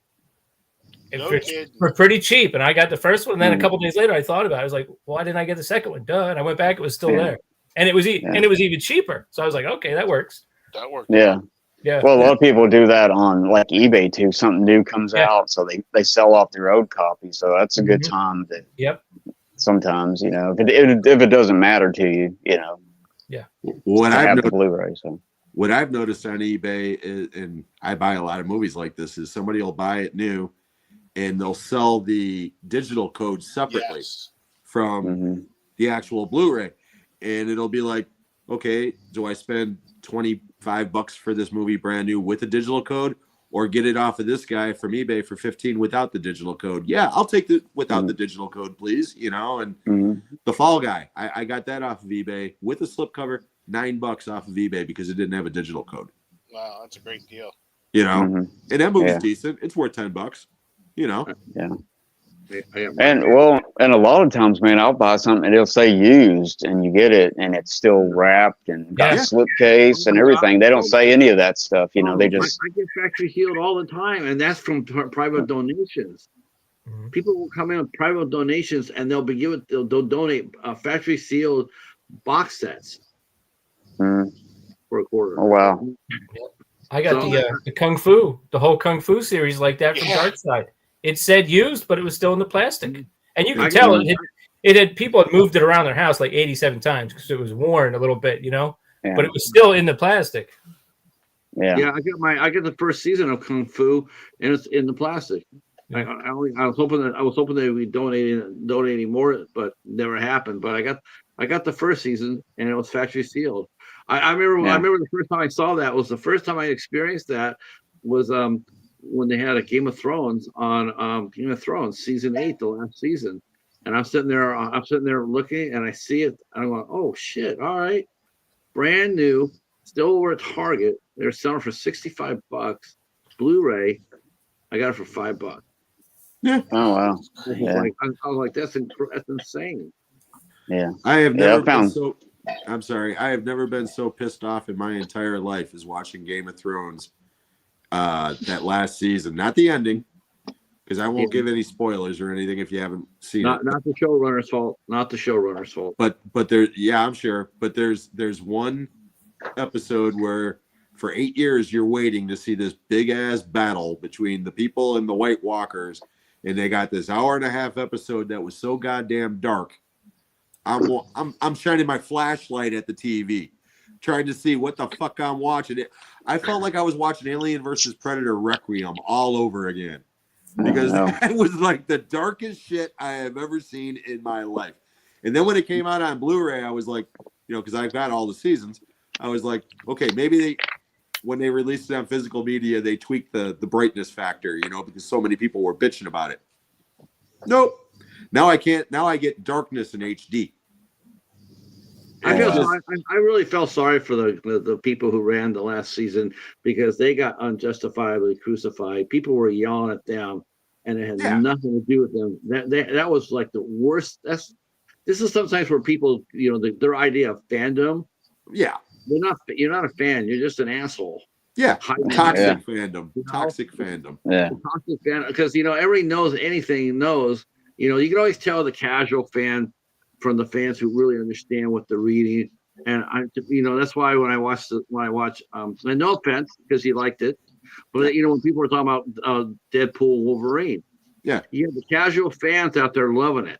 You have the You have the diehard fans sitting there going like, "Oh, this is some bullshit." It's like this is, But with the Game of Thrones, what was really fucking frustrating was is that they got ripped for it so bad, and it had nothing to do with it. The showrunners, they gave George Martin, they gave him over 2 years. Oh, to finish yeah, up I the know. the last book that he was in the last third of the last. He got starstruck. So I think. Mm. I think he got starstruck. I think he fed into the everybody like talking about the show and how famous it was and how famous he was getting. I just think he wanted to sit there and bask in it. Yeah. But the fact of the matter is, he only wrote 1.5 books in the 9 years that the Yeah, I Game know. of Thrones. Yeah. Yeah, like I said, I don't have a problem with the way that the story ended because again, they did the best they could. Okay. Yeah. The problem I've got, like I said, is just with that one episode because again, you can't see shit. So it's like if the effects were so bad that they needed to add that darkness to cover it, okay, fine. Come out and say that. You know, we were on a deadline. We tried to, but coming up with this, well, it adds to the authenticity of if you were in a battle, you wouldn't see what's going on. Authenticity. This is a fucking show about dragons and I wouldn't be zombies. seeing, What yeah, I the wouldn't fuck are be you seeing talking about? You know? I wouldn't be seeing a dragon fly over me either. Right. That would be like Exactly. that would be like just seeing the wind from the dragon's wings, but not seeing the Yeah. dragon. Right? You know, I mean, Yeah. I invested 8 years for that moment. And it was like, what the fuck am I watching? Nothing. You know? Yeah, I hadn't seen season 8. Season 7 was okay. Maybe that's why I didn't get season 8 yet, but I need to get it and finish that series. But I heard it wasn't good. You know, it wasn't as good as the last. I just want to know if anybody suffered themselves to watch the Wheel of Time. Did anybody watch that shit? The what? The Wheels of Time. I never heard of it. Mm-mm. Fucking What is it? Okay, this is it. So can you guys see my hand? Yeah. Book 1, they're all here. Book Okay. 2, they all go here. Book 3, they go here. Book 4, they go here. Book 5, they go here. That's what it is. It's chasing the tail. It's the most boringest fantasy story I've ever read. I couldn't finish it.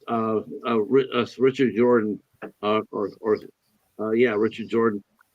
The movies, the book sucks so hard. It was the worst thing. I thought Gary Gygax was really bad. I'm probably dating myself now. I thought Gary Gygax, the guy who created Dungeons and Dragons, Yeah. I thought he was horrible. Dude, he looked like God himself writing the Bible compared to the guy who wrote the Game of Thrones, the Wheel of Time. Horrible story. Never heard of it. I had no interest in it at all in it, and then I heard that they cast Rosamund Pike in it, and all of a sudden I'm going, that really sucks because I really like Rosamund Pike. So, but no, that's a horrible fantasy. I couldn't understand why nobody asked for it. You know, they said, well, it's fantasy, so everybody was going to want to see it. No, not really. No, the only fantasy books I ever read when I was a kid were the Lord of the Rings books. I read those books, each one of them, at least a dozen times. Yeah. So I love the movies and I love the extended versions of the movies. I hate the fucking Hobbit movies Oh, Yeah. because again, the Hobbit is like this thick, you know, the book, So, and they've got 3.5 hour long movies covering it, and it's Yeah. like, really? Are you kidding me? You know? everybody knew what that was, though. Everybody knew it's just a cash grab. Yeah. Wait, you guys didn't like that 20-minute dishwashing scene? Come on. That was great. I saw that movie, that first one with that dishwashing scene. I saw that in the Pack Theater on opening night with a fever. Okay, I had a fever, and I thought I was in the middle of a fever dream with that shit because I was like, "What is this?" It's just so bad. Yeah. For me, nothing will top watching the animated Hobbit in the 70s in elementary school. Yeah. Yeah. That was like the best 3 days of my year that year. Oh yeah. You know? The Ralph Bakshi one. Yeah, the way they portrayed Well- Smog in that and everything. I Well, the Hobbit Loved it. wasn't Bashki. The Hobbit was Rankin Bass. The Lord of the Rings animated was Bashki. Oh, okay. Yeah. Yeah. But yeah, you're Yeah. right. The Hobbit TV movie was great. when you were a kid, it was just awesome. Yeah. When they were Yeah, I don't think. He did Wizards. I was going to say. Oh, sorry, man. I was going to say Go Bowski. I don't think he did Two Towers or The Return of the King, the No. animated ones. Did No, he? it was just the Lord of the Rings Yeah. animated movie, and they kind of crammed everything into one movie, and that's why Yeah. it's so disjointed. But it looks great. I mean, Yeah, it's it pretty looks cool. great. And Wizards, Patrick mentioned Wizards. Yeah, Wizards is Wizards is awesome. fantastic. Awesome. Yeah. Awesome movie. Yeah, I picked those up on DVD about 7-8 months ago. I still haven't watched them. It's one of those I have in the back of my watch list. It's when I look, I have like when I go in there. Well, Kenny already knows, right, Kenny? So when I walk inside the bookstore, the first thing I'm looking for is IFC movies. First and foremost, more than anything else. Like and then I start looking for the hard, the ones that are on my watch list that are hard to find. But it's always the IFC first, always. But I have never seen any of those movies come out. I have not seen Wizards. I have not seen Heavy Metal. I have not seen not one time. Yeah, I've got Heavy Metal, and I've got American Pop on Blu-ray. American Pop's the only Bashki movie I own. I would love to get Wizards and Heavy Traffic and Fritz the Cat. Dude, I would love to get one. Yeah, I got Fritz the Cat, and what's that other one? The Coon, kind of controversial. Was it Coonskin or something? I can't think of that. Yeah, I think it is. I think that. Yeah. Yeah, I got that one, and I think, and then Wizards and Lord of the Rings. I think that's all I have of him. Yeah, I got American Pop when it first came out. And it seems like that one went out of print right away because a lot of people are like, I can't find that movie now, and it was like I got it like day one. But it's just a bare bones. There's nothing really, that guy's there's another one of those guys with kind of like a God complex. I heard he's like extremely difficult, to like talk to. So you won't find any commentary tracks or anything like that on any of his movies. That's for sure. Yeah. Yeah, there's a good interview with him. It's probably on YouTube. It's about an hour long, but basically his whole life story, like everything and stuff. So he's kind of like a boy genius in a way, how he got started, and then he went into animation and basically talked his way into working. He got this great gravy job at I can't think of the company, but and then from there he just started doing all that. Okay, Diecast says he finds boutique labels to be very interesting. What's your favorite boutique label, guys, as of right now? Severin. Severin? Yeah. What about you, Kenny? I like Arrow. Yeah?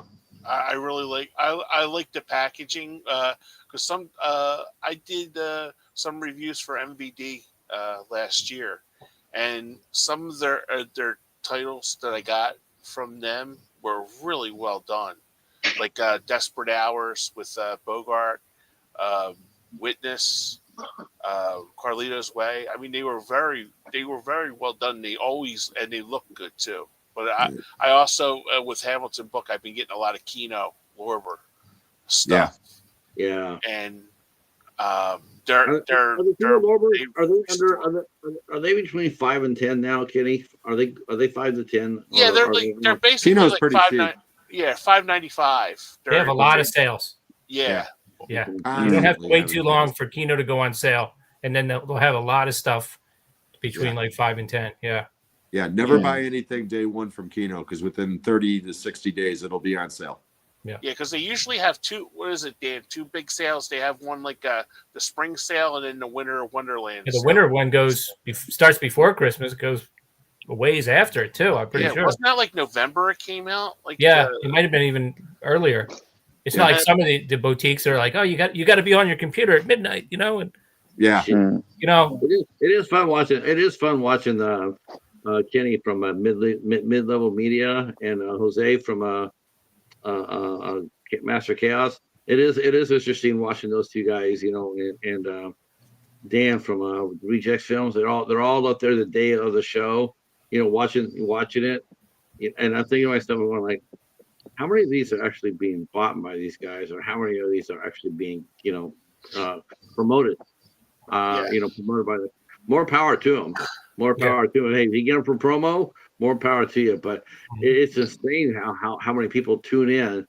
It really killed me. It was like they were doing one of the last Dollar Tree dumps, and the big hype for the week was they were selling the Roadhouse for $60. Oh yeah, that was. And everybody was all over that. You hear them talk about it. Oh yeah. And then you go to the Dollar Tree and you pick up a common copy for $1. And it's like, what's the difference between one and the other? I mean, it's the one and the same movie, isn't it? Oh, but it's got the hard ass what is it, slipcase to it. It's got the hard slipcase where I could like Ginsu knife it and it wouldn't go through it, The Ginsu would fall apart. It's like, what the fuck with this? Yeah, I've never been dying to learn all the behind the scenes facts about Roadhouse. It's not one of those type of movies. You don't need like 4 pages of how was Sam Elliott's mustache trimmed that. You know what? I don't know if it's on all the copies of Roadhouse, but on the Shout Select Roadhouse, there's a commentary track on there from Kevin Smith and Scott Mosier. Okay. And it is one of the funniest commentaries I have ever heard in my life, because the whole thing about how they always got the Chuck Norris jokes. Behind Chuck Norris's beard is another fist. Chuck Norris doesn't do push-ups; he pushes the earth down. They changed Chuck Norris to the character Dalton and do those jokes throughout the entire show. And some of the shit, they're like, who knew Roadhouse is a homoerotic experience? You don't believe me? Watch this scene. And the next thing he says, I used to fuck guys like you in prison. And they're like, see? I mean, oh my God. It is one of the funniest commentaries.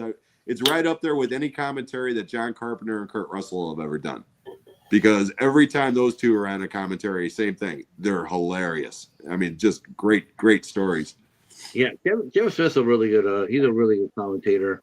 Who I really like listening to is Darren Lynn Bousman.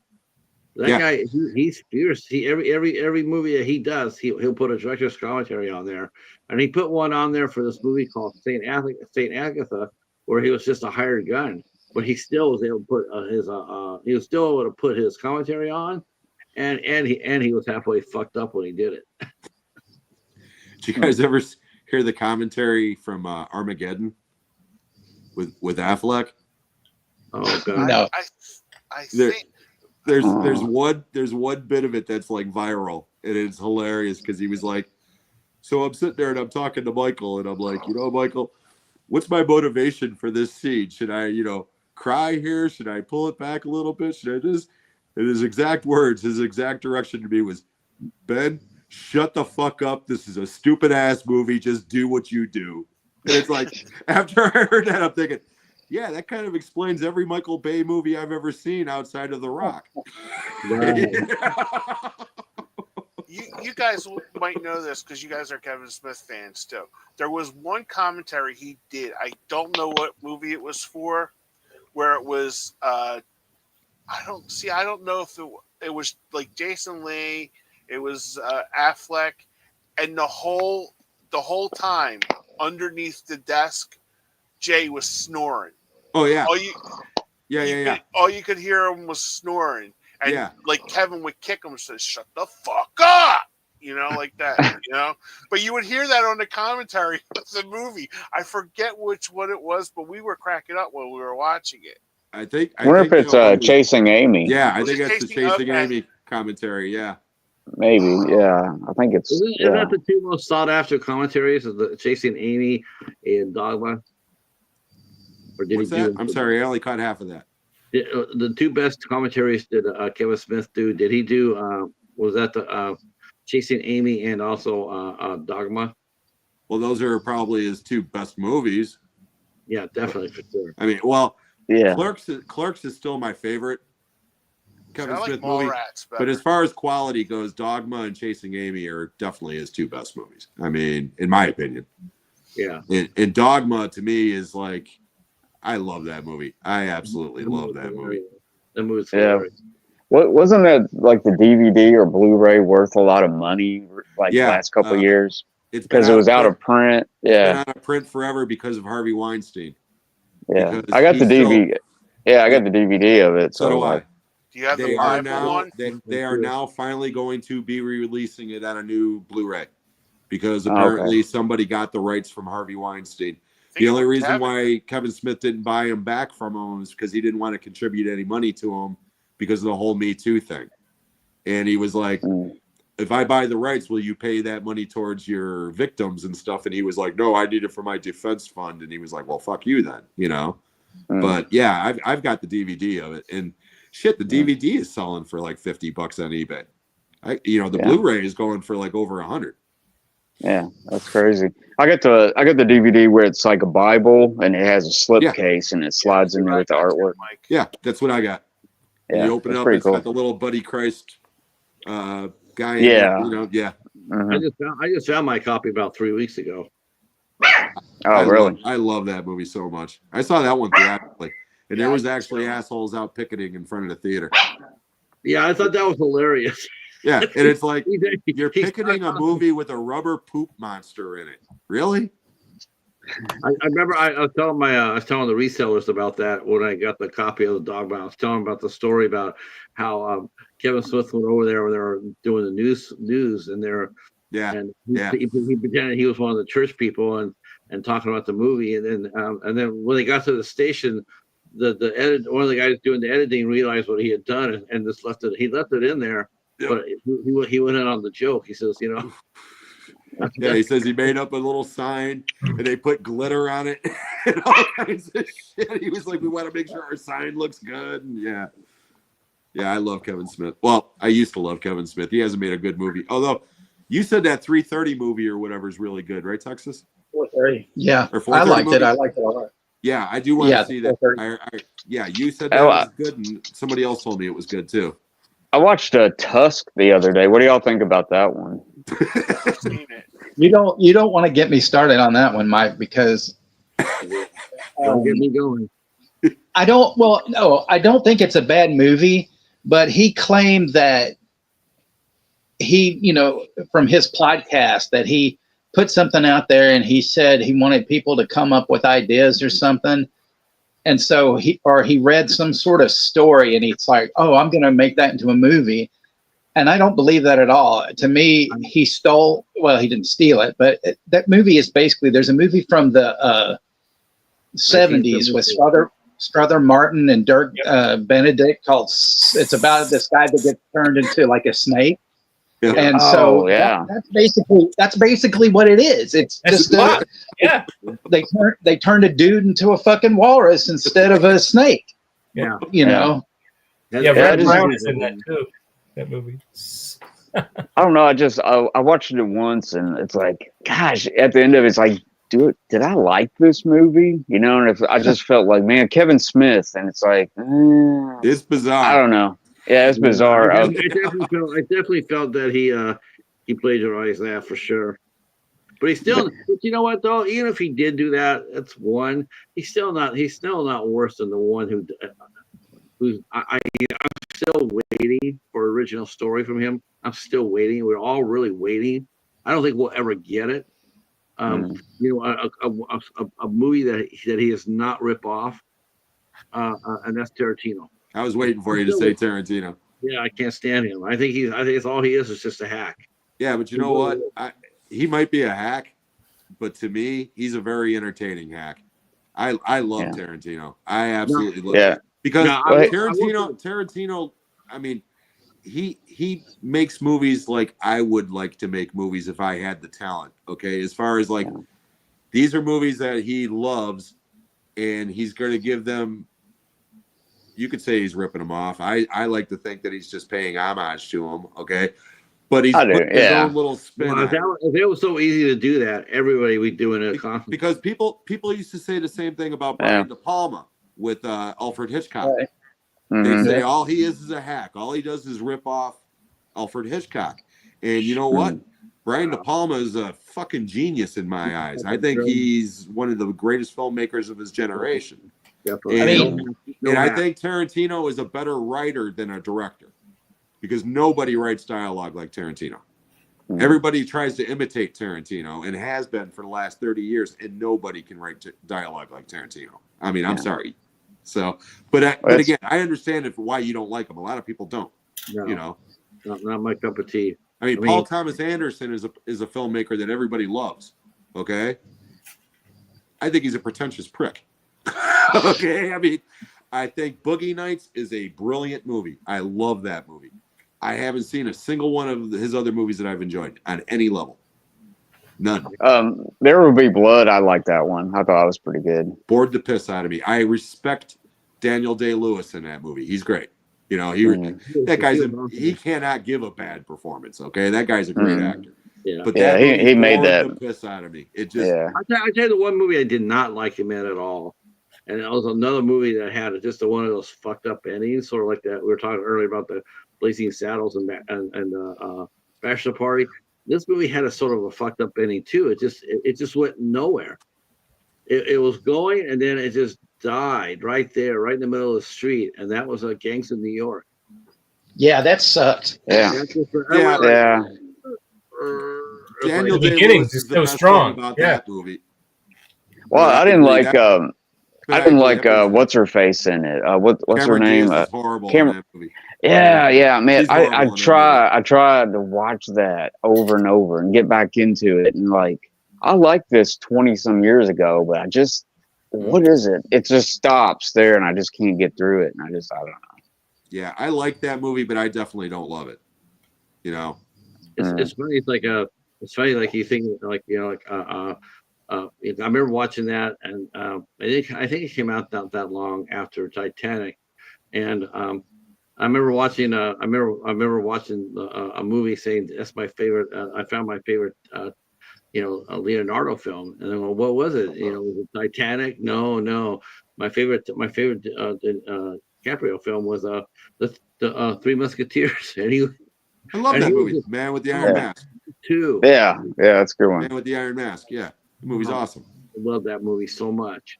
Man, it's I a like The great Quick and the Dead, and nobody I talks do about that. too. Hell yeah. Mhm. They did a nice Yeah. job. You know, Yeah, it's DiCaprio- underrated. Yeah. DiCaprio is one of those actors. I didn't realize I had as many DiCaprio movies as I did because I always thought he was kind of like a pretty boy actor, and I never really, But it's like in the last 10 years, especially, mainly because he's done so much work with Scorsese, but that guy has really put together some really solid string of films, in the last 10 years or so. I'll give him credit. He's come a long way since the Titanic days, Mhm.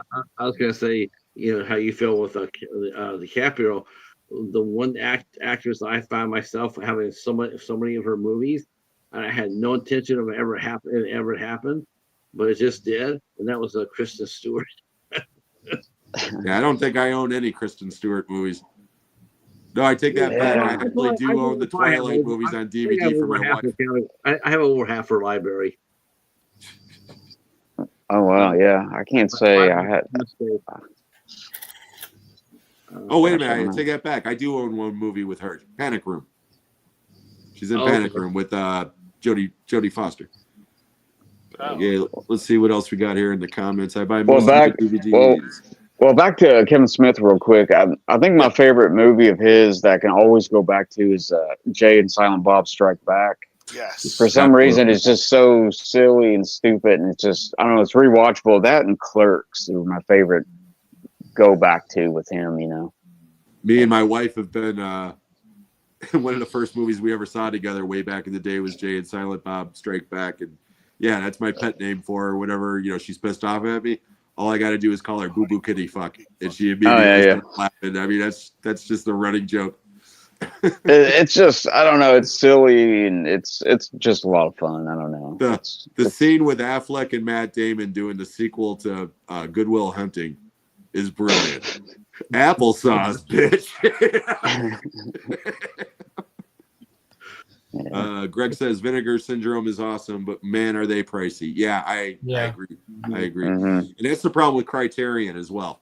I like Criterion, but they're expensive. Even when you get the sales at Barnes and Noble, it's still fucking expensive. Yeah, I've never. They always sell the same bullshit too for the Yeah. sale. It's always the same fucking movies. It's never anything new.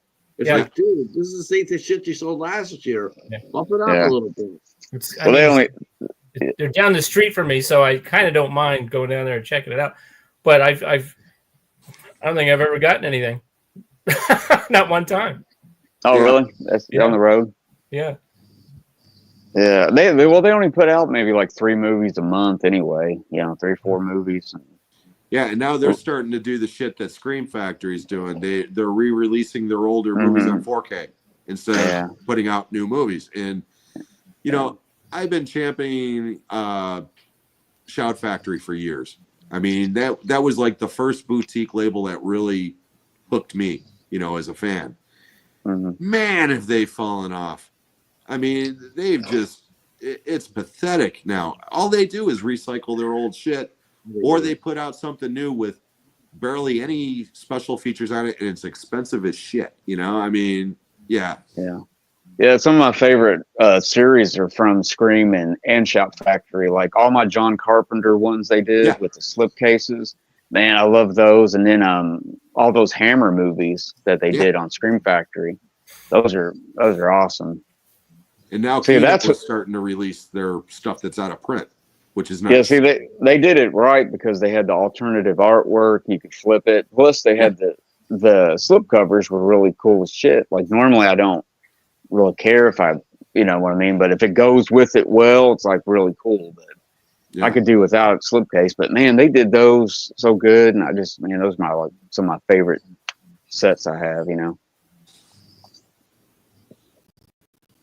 But there was one thing I wanted, since you guys were talking about that, like how the demand and the bullshit with these movies like the Roadhouse thing with the slip case, the hard case and all this. There was the Synapse deal like in October for like Trick or Treat, and they had the 3 different like hard case boxes and all that.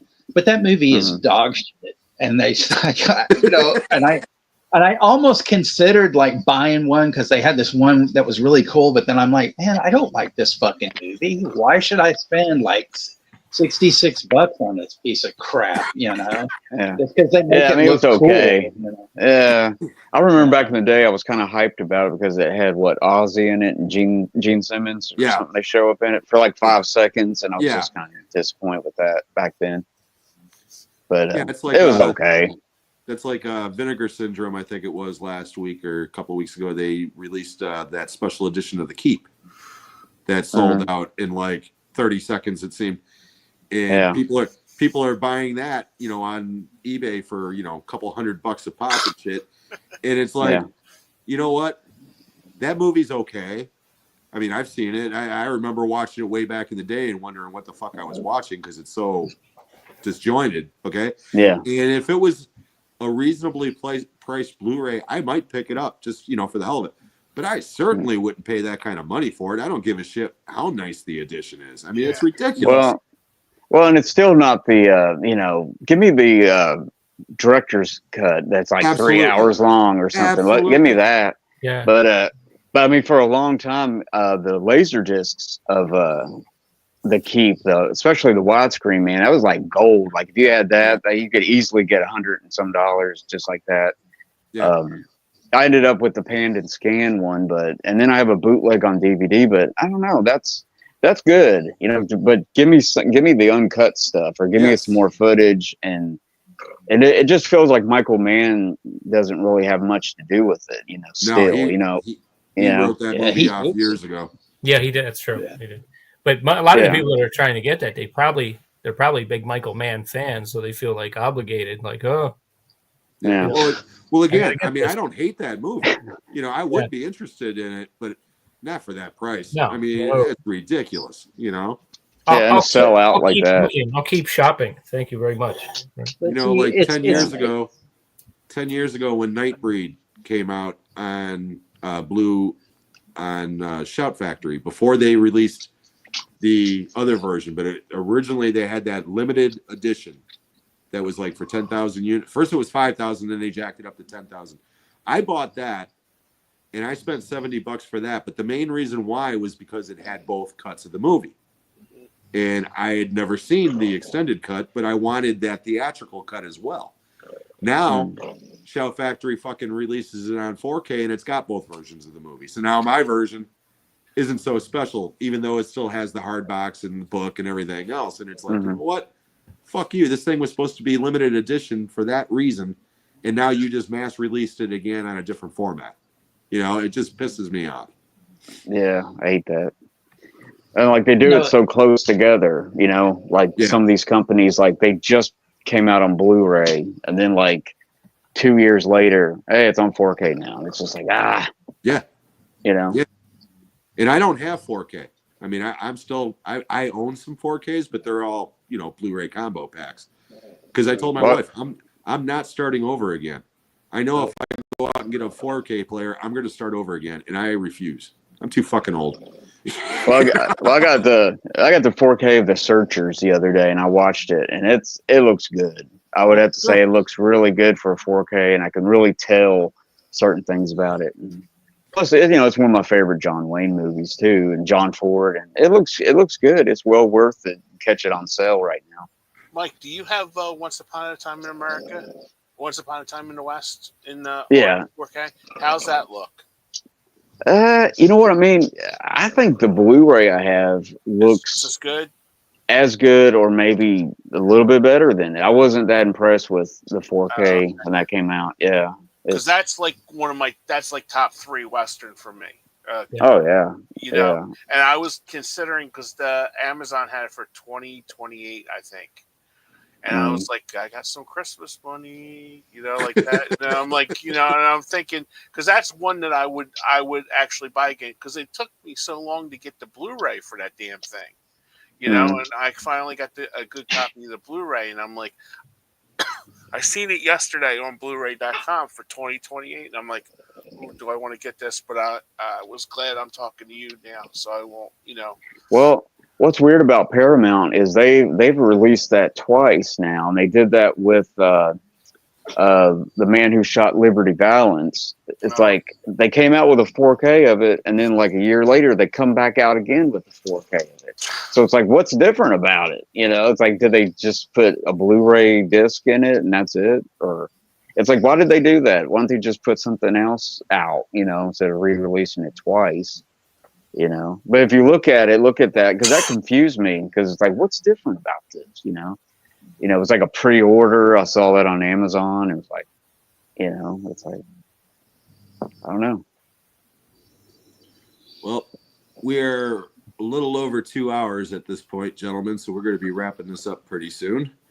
But I wanted to thank all of you guys for coming on here tonight. I know it was short notice, and I know it's a holiday, but I really appreciate you guys hanging out with me and Kenny, because without Sean, we just don't know what to do with ourselves. Exactly. we're like the neighbor kid that comes. Sean come out and play. Sean come out and play. Yeah. And it's like, Jim, we'll grab Jim. Jim and Kenny need people to play with. Sean, come out and play. So when Jim mentioned this, it was like, yes, and it was just like the no brainers. You guys were no brainers for us. So. Well, we got all the right people here, man. We got all knowledgeable people in their field of study. Some professors here. If this was a regular show, we could call it 6 old white guys. Yeah. Yeah. You got to have gray hair to get in here, buddy. That's right. That's right. But again, I want to thank each and every one of you guys in the chat and you guys on the panel. And I want to remind everybody over on Texas's channel at 9:15, he's going to be hosting a live watch party of the classic slasher film New Year's Evil, and I will be on that show with him as well. So if you can come and hang out with us, that would be greatly appreciated. Yep. Anything you guys want to plug?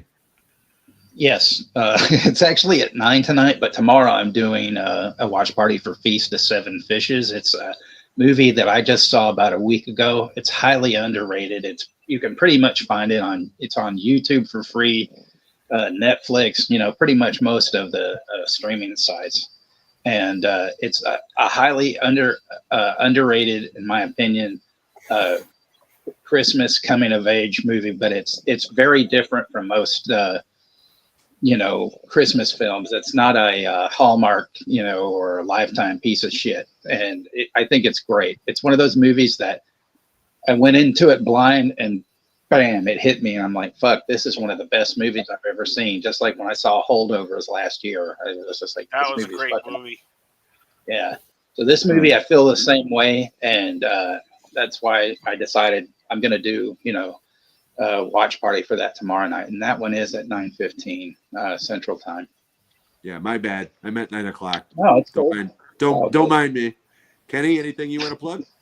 No, just I got 2 new videos popping out probably after the show that I did today. So that's probably about it, and I'll be back in 2 and 2 with Sean and Jim.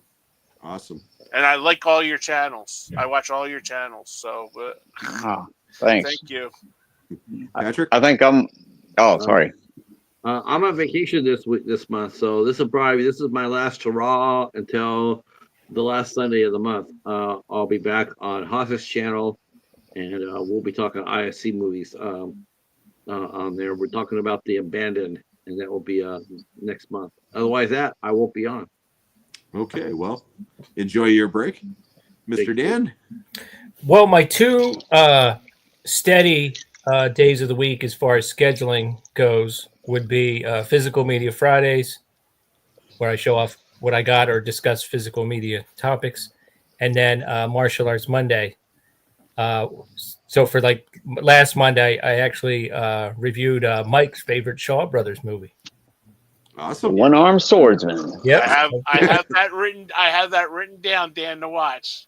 Oh, Yeah, yeah, you won't be disappointed. It's great. Yeah, it is great. But I try. I don't always do it. I try to at least get in another review in between. And Awesome. I usually try to make it a horror movie because that's what my channel's called. But I'm not always successful. So, and I may start doing a regular live stream this next year. So we'll see. Awesome. I guess I'll ask the one question we've been all waiting to ask you. But is there what's the status of the big beef that was going down between the Squatch and the Yeti? Is there any updates about that? Forgot to ask. Sorry. Well, my one granddaughter's partial to Sasquatch. She's real partial to Sasquatch. She's not interested in the Yeti truck. She likes the Sasquatch truck. So does that mean they're gonna be beefing up the engine? Like, yo, Yeah. MTV pimp my ride. And It could, but they'll get out there again soon. Maybe if it snows, we'll get out there because I've actually done races out in the snow. Believe it or not, maybe Yeti will have an advantage in the snow. So we'll have to see. I'm thinking. That's one of the best things is that anybody has come up in the last 2 years with that race car. That's pretty cool. Yeah, he inspired me to get a couple of them. Yeah. Mm-hmm. It was Okay, funny. Mike. I seen them at Walmart when I was Christmas shopping. I was looking. I just started laughing. I'm like, Yeah. Mr. Dan had this one. That's me. I go back there and I'm like, oh, is a Yeti a Squatch fight? Oh, that's Yep, cool. there he is. Yep. Sharks. My granddaughter's like sharks. Oh, that's Nice. cool. So I got 2 shark trucks. Nice. Hot Wheels What are about you, cool, Mike? man. Yeah. Next month, starting tomorrow, tomorrow's the first. Yeah, Yep. I'm gonna try to do a month of spaghetti. I'm gonna do a daily spaghetti Western recommendation. It'd be like a couple minutes long. It won't be 20 Nice. minutes or anything like that. So just some of my favorite ones and stuff to inspire you guys. Can I ask a question? Mm-hmm. What's that? I challenge you to do that the spaghetti challenge without the Eastwood trilogy. Without what? Without the Eastwood trilogy. Don't cover that. Cover anything else other than those 3. Yeah, that's kind of what it was. Kind of going for. But I kind of slipped the 4Ks in there towards the end of the month, but yeah, I think I might come up with 3 other ones that I can. Django with Franco Nero. Oh yeah, Highly- he's in there. Yeah, Highly recommend that. Yeah. yeah. Yeah. Carlos sent that to me with the box of Westerns for my birthday. That was one of the movies in that box. Yeah. Blue Yeah, Underground. you got to see that one. Yeah, Yeah. great movie. Yeah. All right, gentlemen. Well, this has been great. I can't thank you enough again. I want to wish each and every one of you a happy new year.